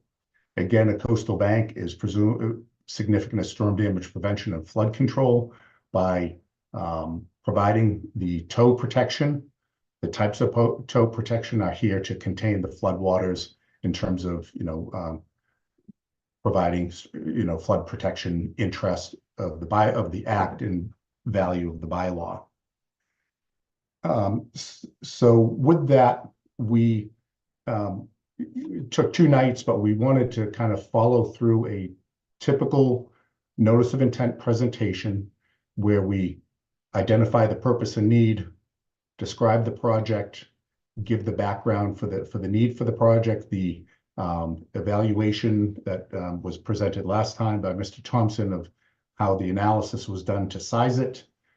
We've talked about the design of the project and how it meets the performance standards. I call it compensatory sand. Some people call it mitigation sand, but I think it's more applicable to think of it as compensation sand. And then the additional mitigation measures, which Mr. Murphy identified, those are more of the public benefits that are proposed here. So, it's our opinion that the NOI demonstrates that that there is erosion of the bluff of the coastal bank that's happening. The need is to protect those pre-78 homes as allowed under the Wetlands Protection Act and the bylaw. It meets the performance standards. This was a very brief description of those performance standards, but it's all in writing in the notice of intent. The evaluation of the pilot project demonstrates that the pilot itself has not damaged the adjacent nearby beaches in terms of being a cause and effect, but there's large variability of the shoreline along here, and that variability is still there with the pilot project in place. The compensatory sand provides a reserve that's 2 to 15 times the typical the contribution rate, which would normally be the amount that would be placed annually on projects. Had other projects in the Commonwealth where the DEP, the Conservation Commission, has a one-time, annual placement of sediment of that volume, as opposed to this project, which actually has that template so that the sand can be used to recover those tubes, and sand is there throughout the year after every erosion event. And really, that's kind of the last 2 bullets that we want to make sure that the project does contribute the sand to the littoral drift system to match the pre-construction contribution rate by this coastal bank.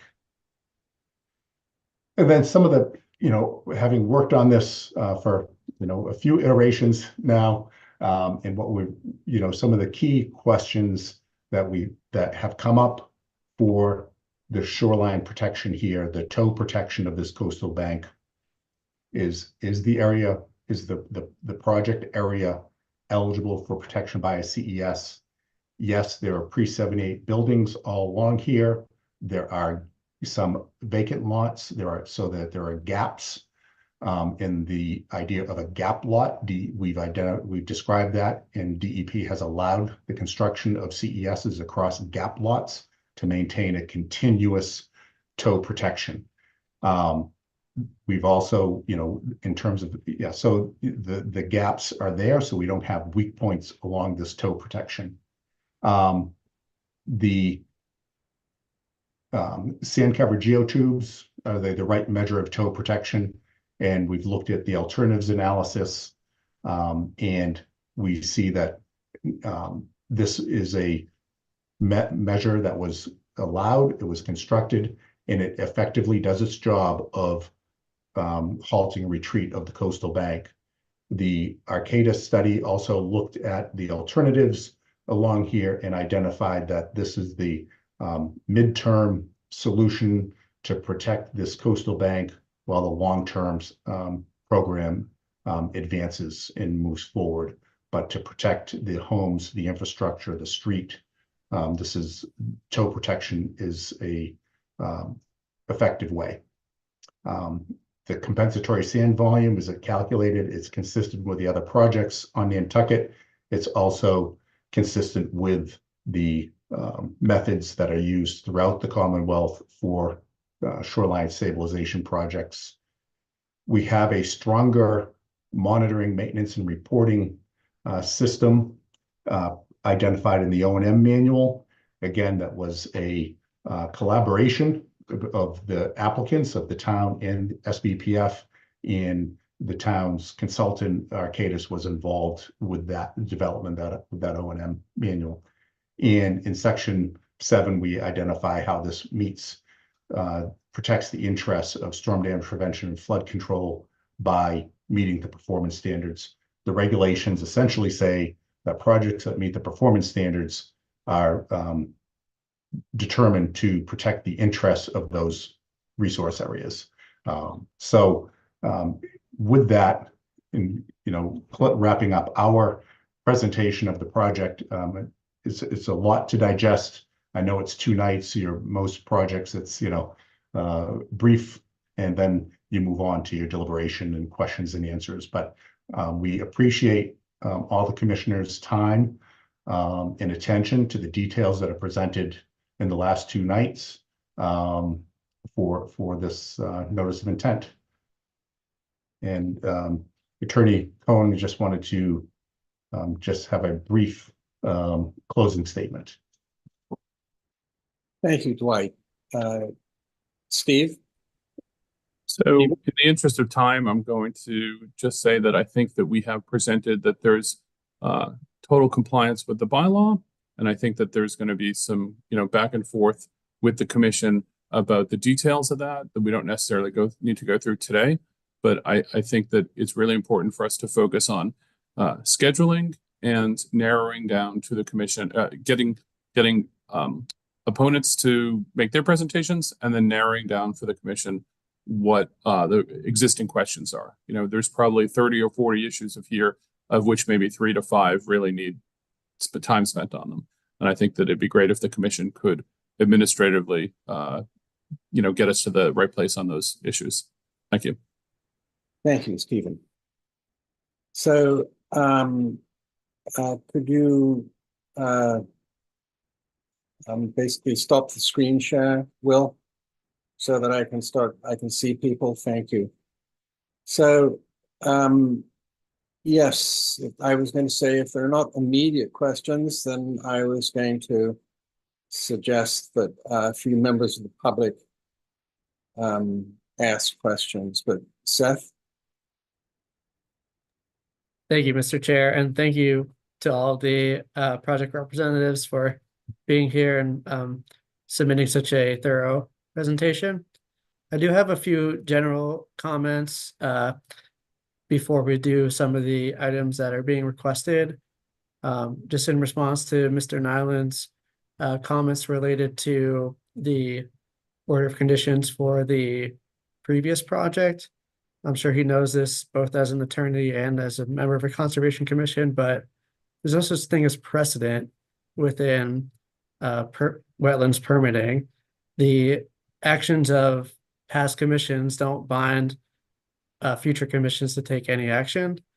And the project that's represented that you're referencing is somewhat similar, but in many ways different to this project. So I think the idea that we can move forward with this project without the robust review that we do, just because another project had been previously permitted, should be refused.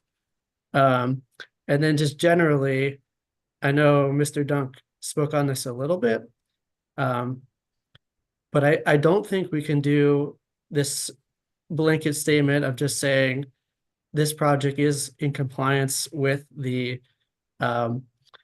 coastal bank performance standards that protect or that allow for pre-78 structures to have coastal engineering structures without actually looking at all the lots. And I know that he said it was presented in the notice of intent, and I've read that part and the addendum as well.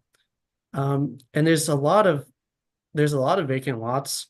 There's some lots that have building and permitting history that probably deserve some additional discussion, because it could be that their view of what's happened on site in terms of improvement is different than our view.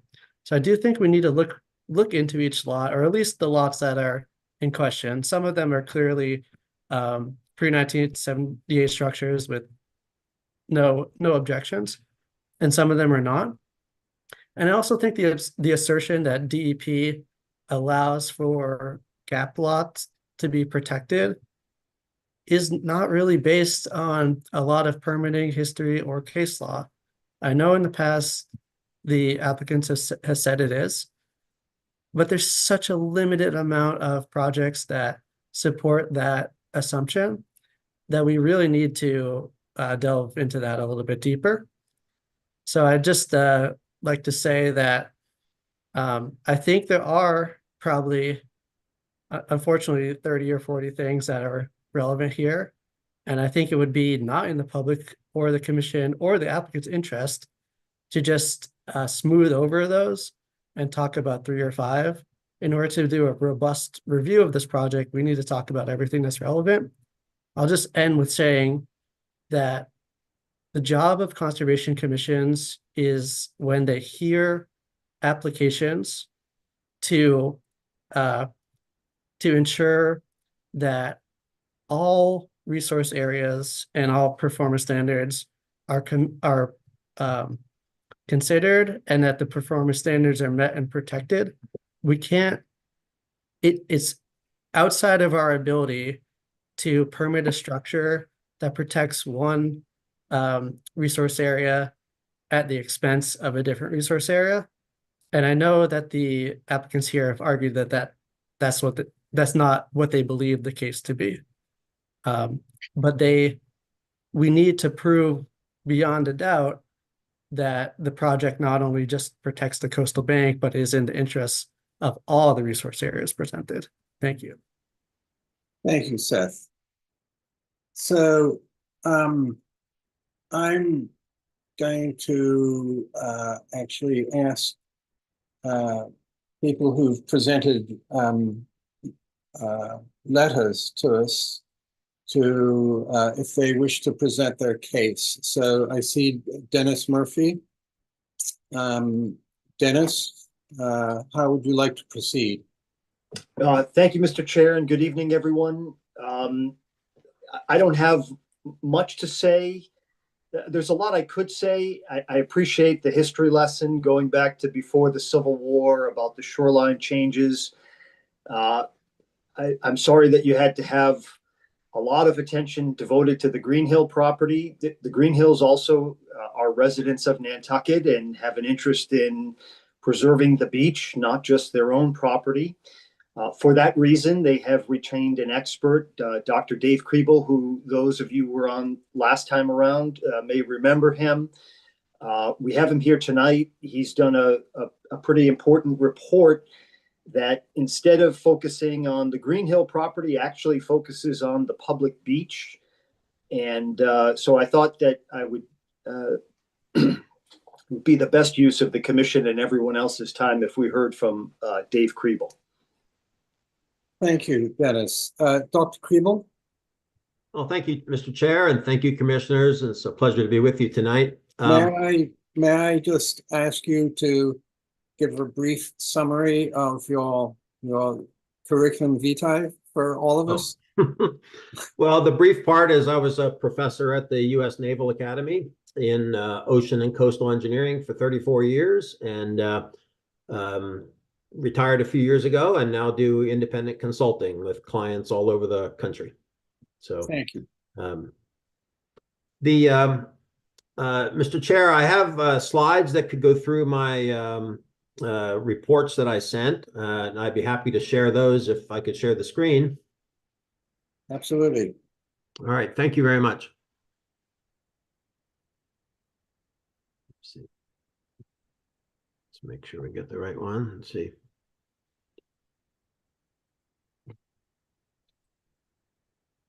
Okay, can you see my screen? Yes. Okay. And I think I will leave those on the side so I can see what's coming. So as was mentioned, I'm representing the Greenhill family in this matter. And, we had some discussion today about the fact that it's a public beach at the base of the bluff. And I find it somewhat ironic that the town would be party to an action which I think we can show has already caused loss of public beach at the existing geotubes. And the prognosis is will cause additional loss of public beach with the expansion project. So I've submitted 2 reports to the town. The first one I actually submitted previously, and I'm resubmitting it, talking about what I call the encroachment of the geotubes on the beach. I'm resubmitting this because it's now relevant to this new NOI. My second report then is looking at the encroachment issues of the proposed expanded project. And in addition, also looks at construction activities and addresses the question of, is there room between the bluff and mean high water to construct this project? So first of all, I think we've learned in the past that seawalls have a number of different effects, active erosion being one where they can accelerate erosion. I won't talk about that tonight. I'd like to save that for another event. But seawalls also cause what's called passive erosion. And as a diagram on the right shows, on a normal beach that can just react without being impeded, the beach width and the beach itself stays healthy. It simply erodes the dune or the bluff that's behind it. When we build a seawall or some type of a coastal structure, as I think was mentioned earlier, that does not slow the erosion in front of it. And as a result, there's this collision process where the beach basically retreats back into the seawall position. And, on an eroding beach, it's just an inevitable situation that you're going to lose the beach in front of the wall over the long term. Unless, the only way around that, and this has been done all around the country, is to put sufficient sand to keep the beach there. But I call this process, it's passive erosion. I call it the encroachment problem because basically the water is encroaching on the wall, but if you take a different relative viewpoint, the wall is encroaching on the shoreline. So just a quick term as I'll be using it. On a typical beach, water is down on the right of the diagram. Waves rush up the sloping part of the beach face and occasionally go over top into what's called the beach berm. And during certain times of the year, the waves will make it back to the vegetation line, which would be, the base of the toe or the base of a dune, base of the bluff or the base of a dune. So basically the sloping part of the beach, which I'll call the beach face, is where the wave uprush and downrush occurs. And that's kind of the wet part of the beach where you're going to get wet if you're walking there. The beach berm is a feature that is only wet occasionally, normally dry, and that's what I'll be referring to as the dry beach. That entire thing, I think, as Gordon Thompson mentioned, the beach erodes, the beach accretes. The beach berm width will change over time, but it's the flat beach berm, which in my opinion, we should be focusing on as the area that's encroached on by the geotubes. So to give you an example, these are photos I took the other year. If we go away from the geotubes on the left-hand image, we can see the sloping beach face. We see what I call a rack line of seaweed at that point. And then the beach berm, in this case, about 45 feet wide. So that's on a relatively natural, normal part of the profile. On the right, in front of the geotubes, on the other hand, we have the sloping beach face. And at the time I was there, the berm was only about 6 feet wide. So basically, by constructing the geotubes, we basically chewed up most of that dry beach face and narrowed it to the point where it's, very minimal at this point. So from my previous report, some of my findings, I used the Woods Hole data in here, and I think the data shows that the geotubes immediately covered about half the natural beach berm. Erosion since then has caused loss of most of the remaining beach berm. And as many people have observed, there's little to no dry beach left in front of the geotubes. In addition, if you look a little more at a longer reach of the coastline, the geotubes protrude quite far out onto the active beach. And as I mentioned, the last line, the beach berm is a reservoir of sand that's the beach's first line of defense for dealing with erosion. That is gone in many ways. And as a result, the waves have no choice but to hit the geotubes right off the bat. And it's no wonder they're uncovered much more frequently. Here's some data, just a sample from one of the transects. The blue is the elevation data measured by Woods Hole Group here in 2013 before the geotube. So starting at the left at about a 40-foot elevation is the face of the bluff. And then you can see the flat beach berm near elevation 10. And then you can see the sloping part of the beach going down to the water. In 2021, if we plot the exact same profile measured by Woods Hole Group, you can see that the geotubes occupy the area from elevation 30 to elevation 10, but they have encroached on or occupied about half of the pre-existing beach berm that existed. And I think you can see as you go down to the water level at elevation 0, this beach has eroded in that time period.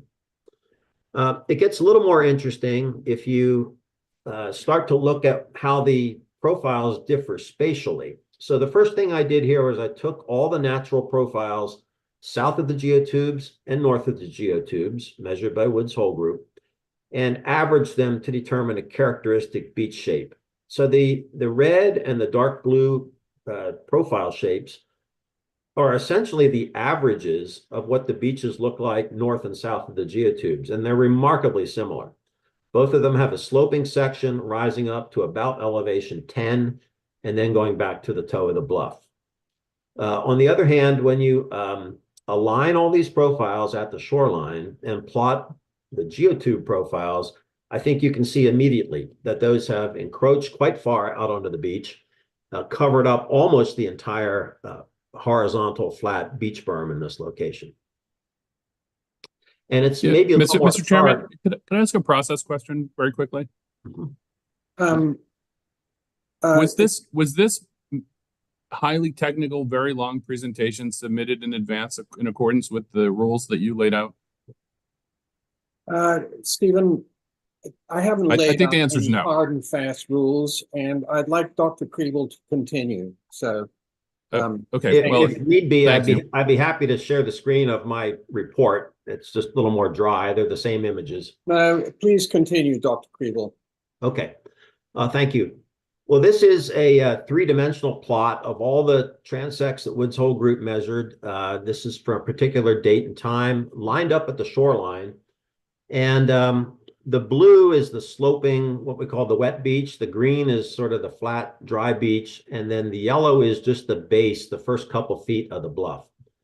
And I think it's quite clear in this case that where the geotubes are located, they just protrude quite far out onto the natural beach compared to anything around them. My new report, the second report, then I talk about the geotube expansion. And a couple things in there. First of all, the one thing we notice is that the engineering drawings at the end of that report do not agree with the project narrative. As I think was mentioned quite a few times tonight, the project narrative states that 22 cubic yards per foot would be maintained as cover on the sand template. The drawings themselves, though, appear to be a bit outdated. They only show about 14 cubic yards per foot, so they're in contradiction with the narrative. And in my opinion, they don't really show the degree of encroachment. So I'd like to show that in a minute.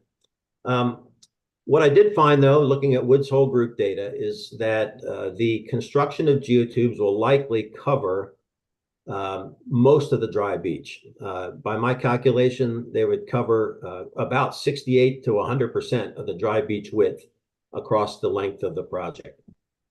In the places where they do not cover the whole dry beach width initially, if I use erosion rates documented by Woods Hole Group, the dry beach will be lost in something like 2 to 6 years. And then my last point is, if you look at the excavation trench, it comes very close to mean high water line, and it becomes very difficult to see how sand can be excavated from the trench, stockpiled, heavy equipment can operate without crossing the mean high water line. So a few images. This is what I consider to be the incorrect drawing in the narrative. Over the years, they've actually steepened this front slope of sand, and as the drawing shows, there's only 2 feet at the toe of the geotubes. To my mind, that 2 feet is just not enough to be able to keep sand in place there for any length of time. By my reckoning, they need to add an additional 8 cubic yards to foot to that. So I've drawn in what I believe to be the most appropriate way to add that sand. I think if you start to think about it, the only time sand is needed is during a storm.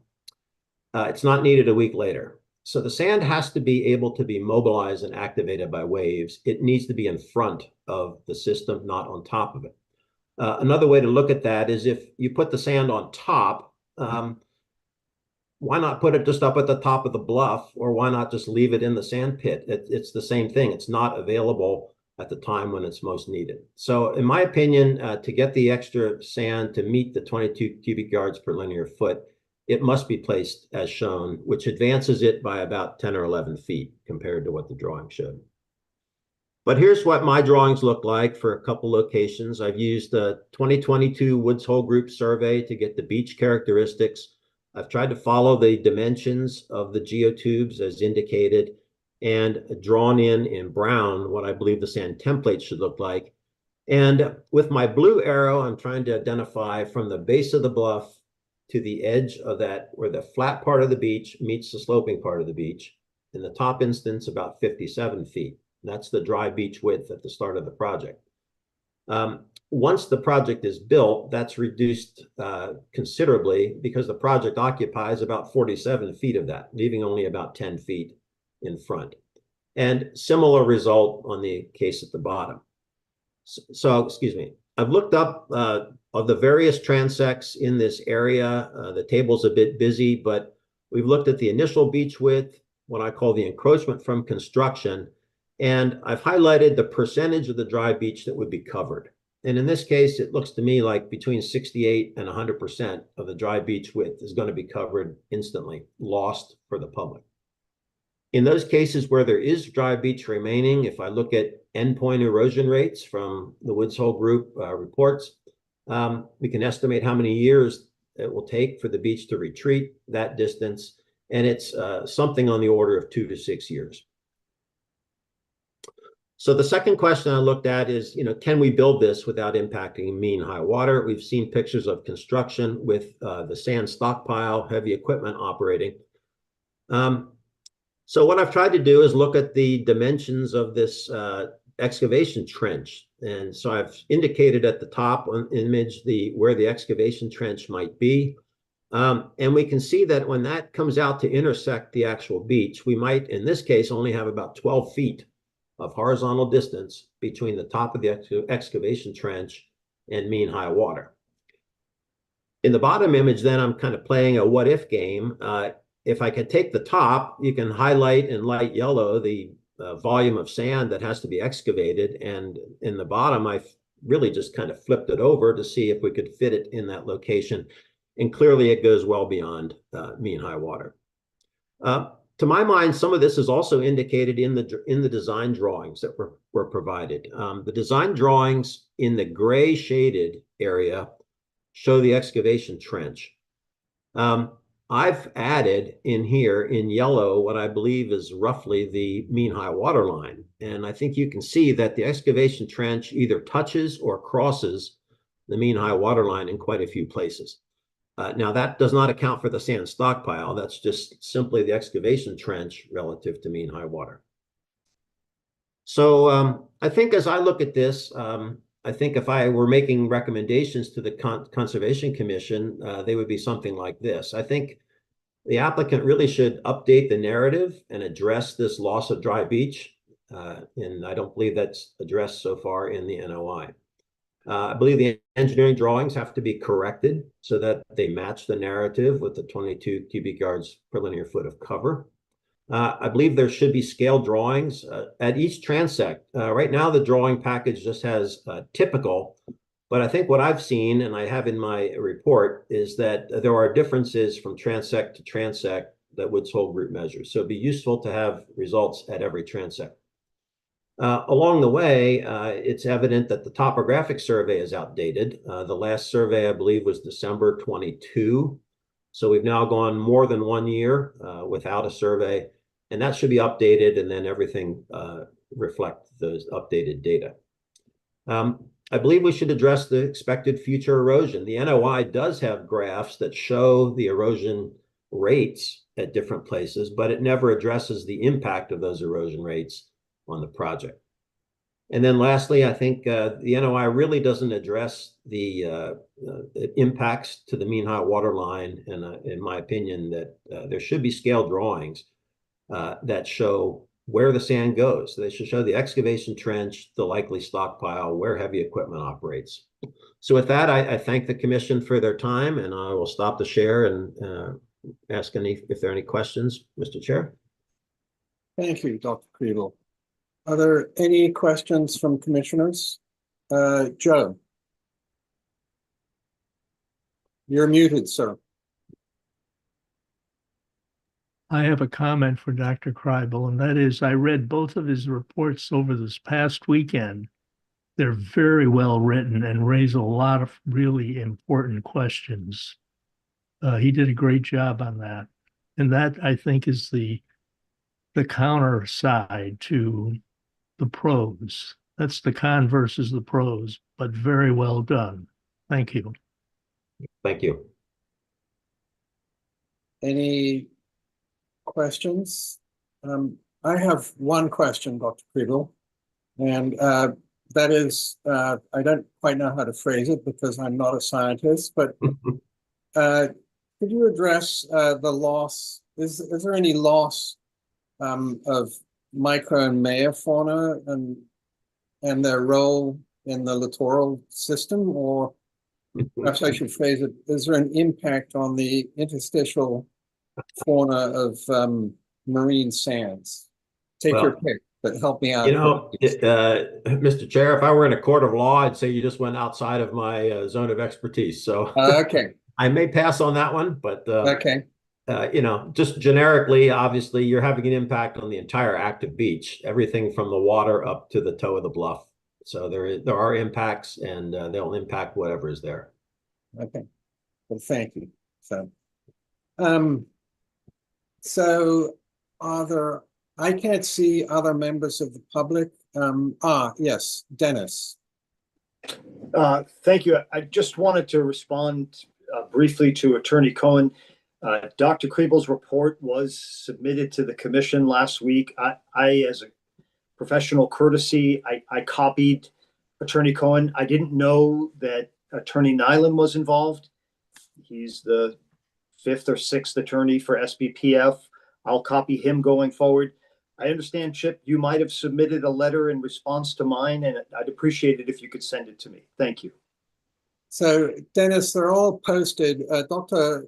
Kriebel's, both his 2022 and his 2024 analysis are posted on the Times website. So they're freely available. And, okay, thank you. Yeah, so at this juncture, I think we've been given a lot to think about as a commission. And so I feel that probably the best thing to do is to mull everything over, decide what questions we have for SBPF, And while we await both the independent legal counsel and the independent reviewer. And Stephen, I absolutely were well aware of the timetable that you wish us to adhere to. And Mr. Nyland, I see your hand up.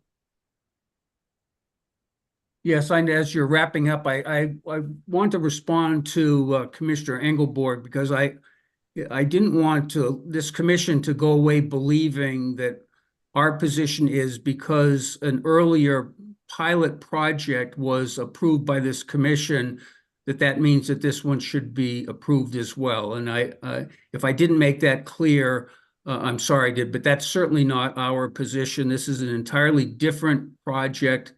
What I was pointing out is that we have the luxury of having data from the past 10 years that's in front of us and findings that were made. So, but this is a separate notice of intent, and I thought I made it clear that you're going to have to make those findings one way or the other, that we meet the performance standards or we don't in this, and that's separate and distinct from 2824.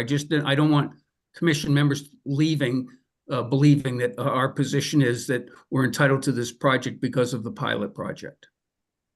Thank you. And I'm sure all the commissioners are duly noting that if they didn't realize it before. So,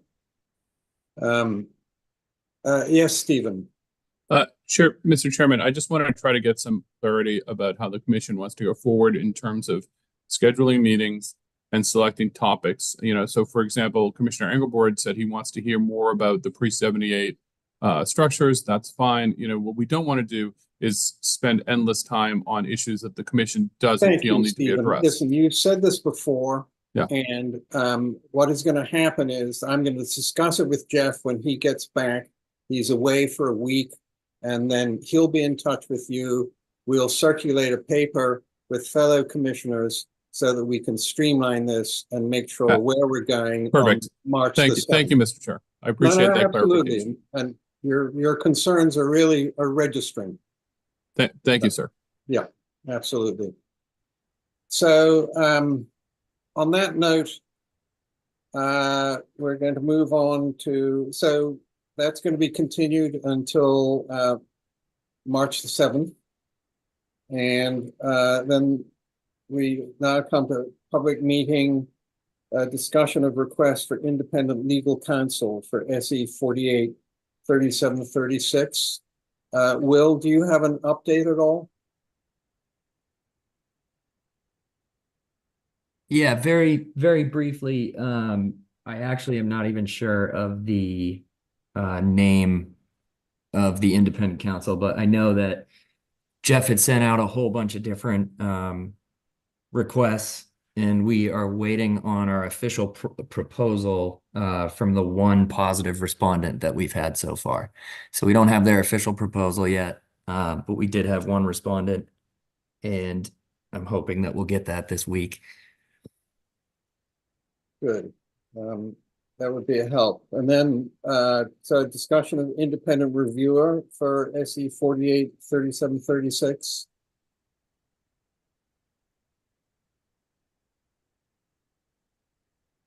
We, I believe we do have a contract, right, that has been circulated.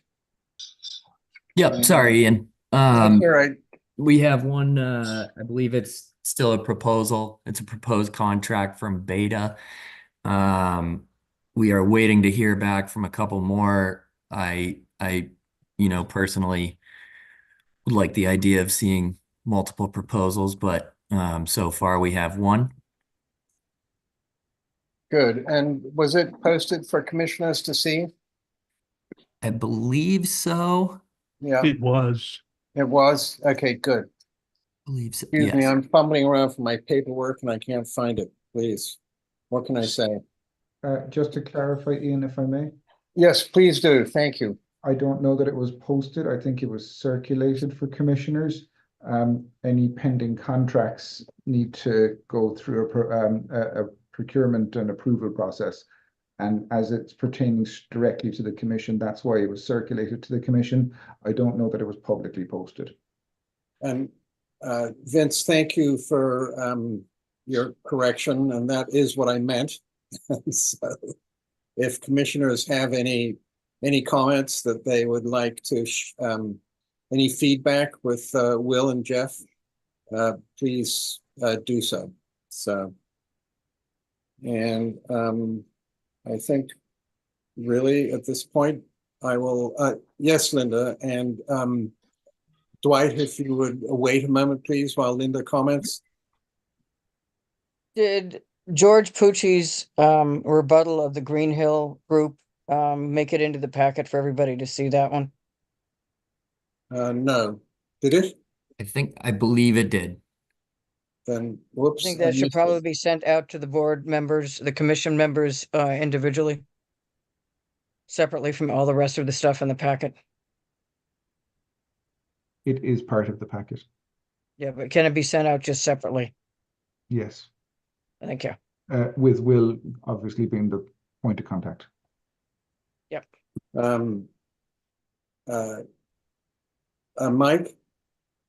Thank you, Mr. Chairman. Just very briefly, I did see that via email today, what Linda's referring to, the rebuttal letter. So, and it is in the packet. So when these things come same day, sometimes it's hard for everybody to catch up with them all at once, but I did receive it in my email.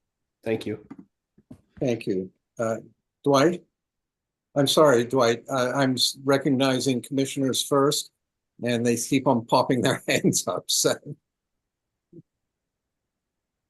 Seth? Thank you, Mr. Chair. Just to clarify, the letter in question is not from Attorney Pucci. It's directed to Attorney Pucci. That letter was sent by Mr. Nyland's office. Thank you. Ah, thank you. And that I did read. So, yeah, all right. But thank you for clearing up the confusion. So, Dwight, you're on. Yes, I wanted to thank the commission for their time and attention tonight.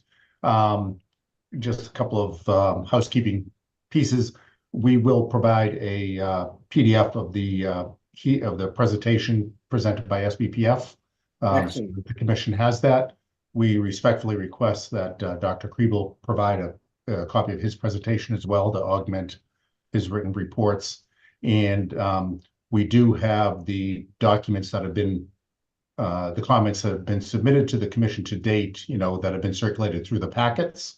And our intent was to, pull those together to address those issues, following tonight's meeting. But we wanted to complete the typical presentation package, presentation, and then respond to comments after tonight's hearing. So that's why we did not go into any response to comments tonight.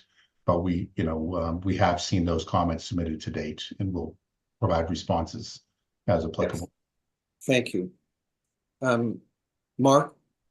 Yes, thank you, Chairman Golding. Did we continue this hearing to our next regularly scheduled meeting, or are we going to set a special time? It's going to be a long one when we have our own meeting with this group, but I want to bog down one of our regular meetings.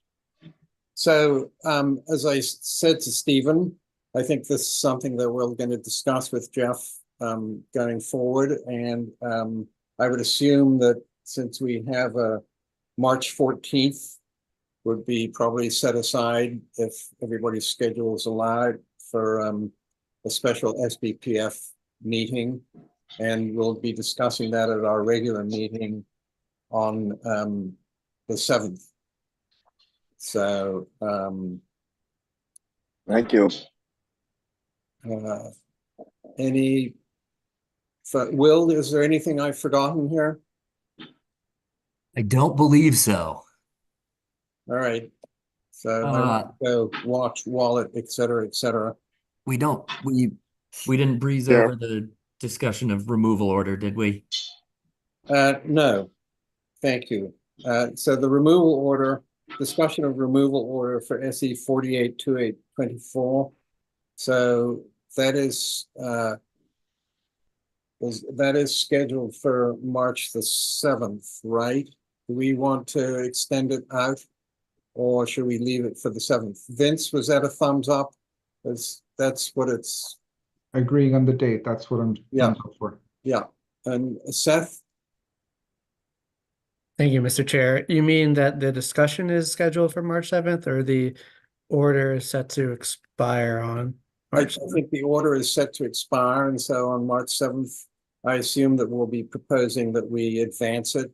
Thank you, Mr. Chair. If I may, I'd rather do it now rather than wait Sure. for then in case there's any unexpected delay. So I Okay, agree. I think Mark's got his thumb up too. yeah, yeah.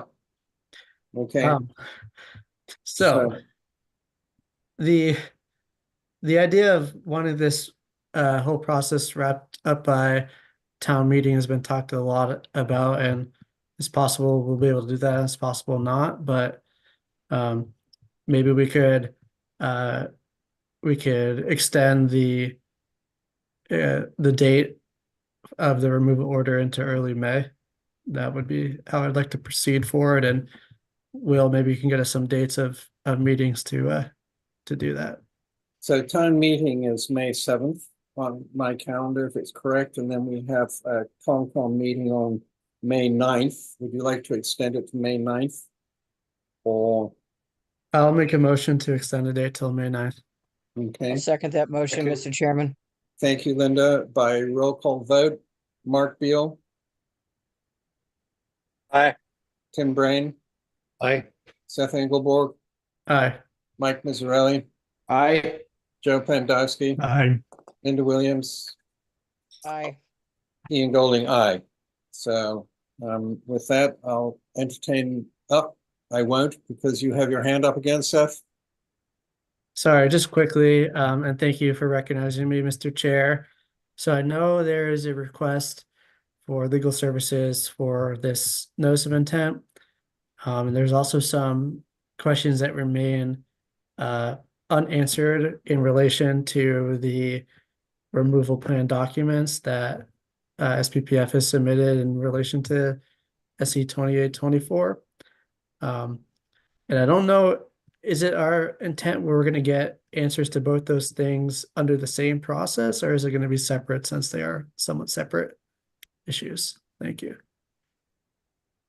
Well, the short answer is I don't know. And so, Will, have you discussed that with Jeff? I also do not know the answer to that right now. I'm not sure if Vince has any idea. Not to pass the buck to you, Vince. Easily done. If through you, Mr. Chair. Oh, absolutely. Since he has absolutely passed the buck to you. So if I remember rightly, this might be within the scope for legal counsel to review. It was something that was discussed at select board, if I remember rightly. I'm gonna have to check on this, but it might be something for legal counsel to potentially review if it is within scope between now and May. Fair enough. And we know the protocol for written submissions. So Seth, if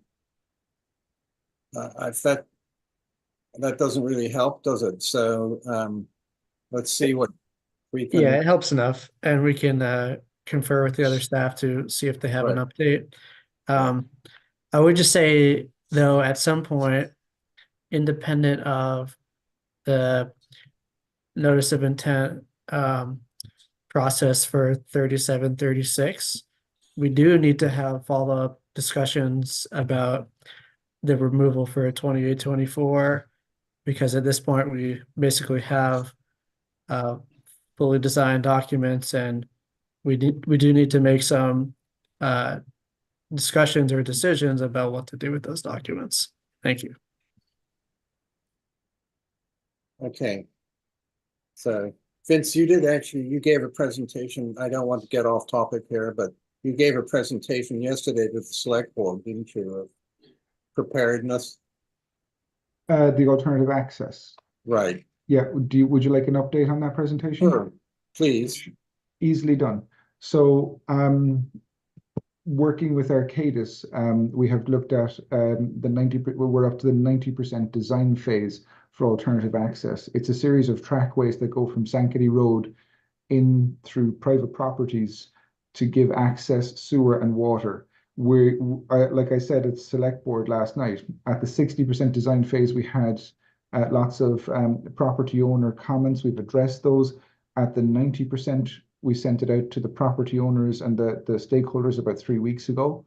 Got more feedback, but the feedback is very much smaller, and the requests for changes are much easier, much smaller, much more small detail oriented. So we're getting close to the end of the design process.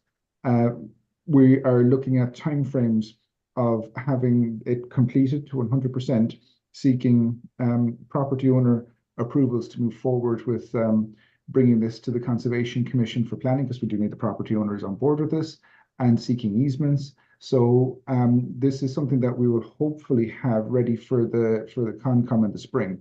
We'd also, I think through Jeff, I don't know if he forwarded to the commission, I'm assuming he did, discuss the idea of having a pre-application discussion with the commission at some point in March, potentially, just to see if the commission sees any issues. We've taken this to a lot of staff, a lot of town departments. We've even been through the fire department to do swept analysis to make sure that we can get their largest fire trucks to go around bends and turn and come back out safely. There's been many facets to this. The planning department have played a substantial role. The DPW have given their comment, and we've included those. So the next thing is the kind of pre-application part that we might want to bring to the commission at some point. And I'm not asking for anything other than that we go through scheduling with Jeff or Will as might be appropriate. Well, thank you very much, Vince, for the update. It's very helpful. So, commissioners, if there's nothing further to add, a motion to adjourn. Thank you, Joe. Thank you, Mike. By roll call votes, Mark Beal. Aye. Tim Brain. Aye. Seth Engelborg. Aye. Mike Mazzarelli. Aye. Joe Pandowski. Aye. Linda Williams. Aye. Ian Golding. Aye. Thank Good you. night, all. Thank you, everybody. Thank you, everybody. Good Good night. night, folks.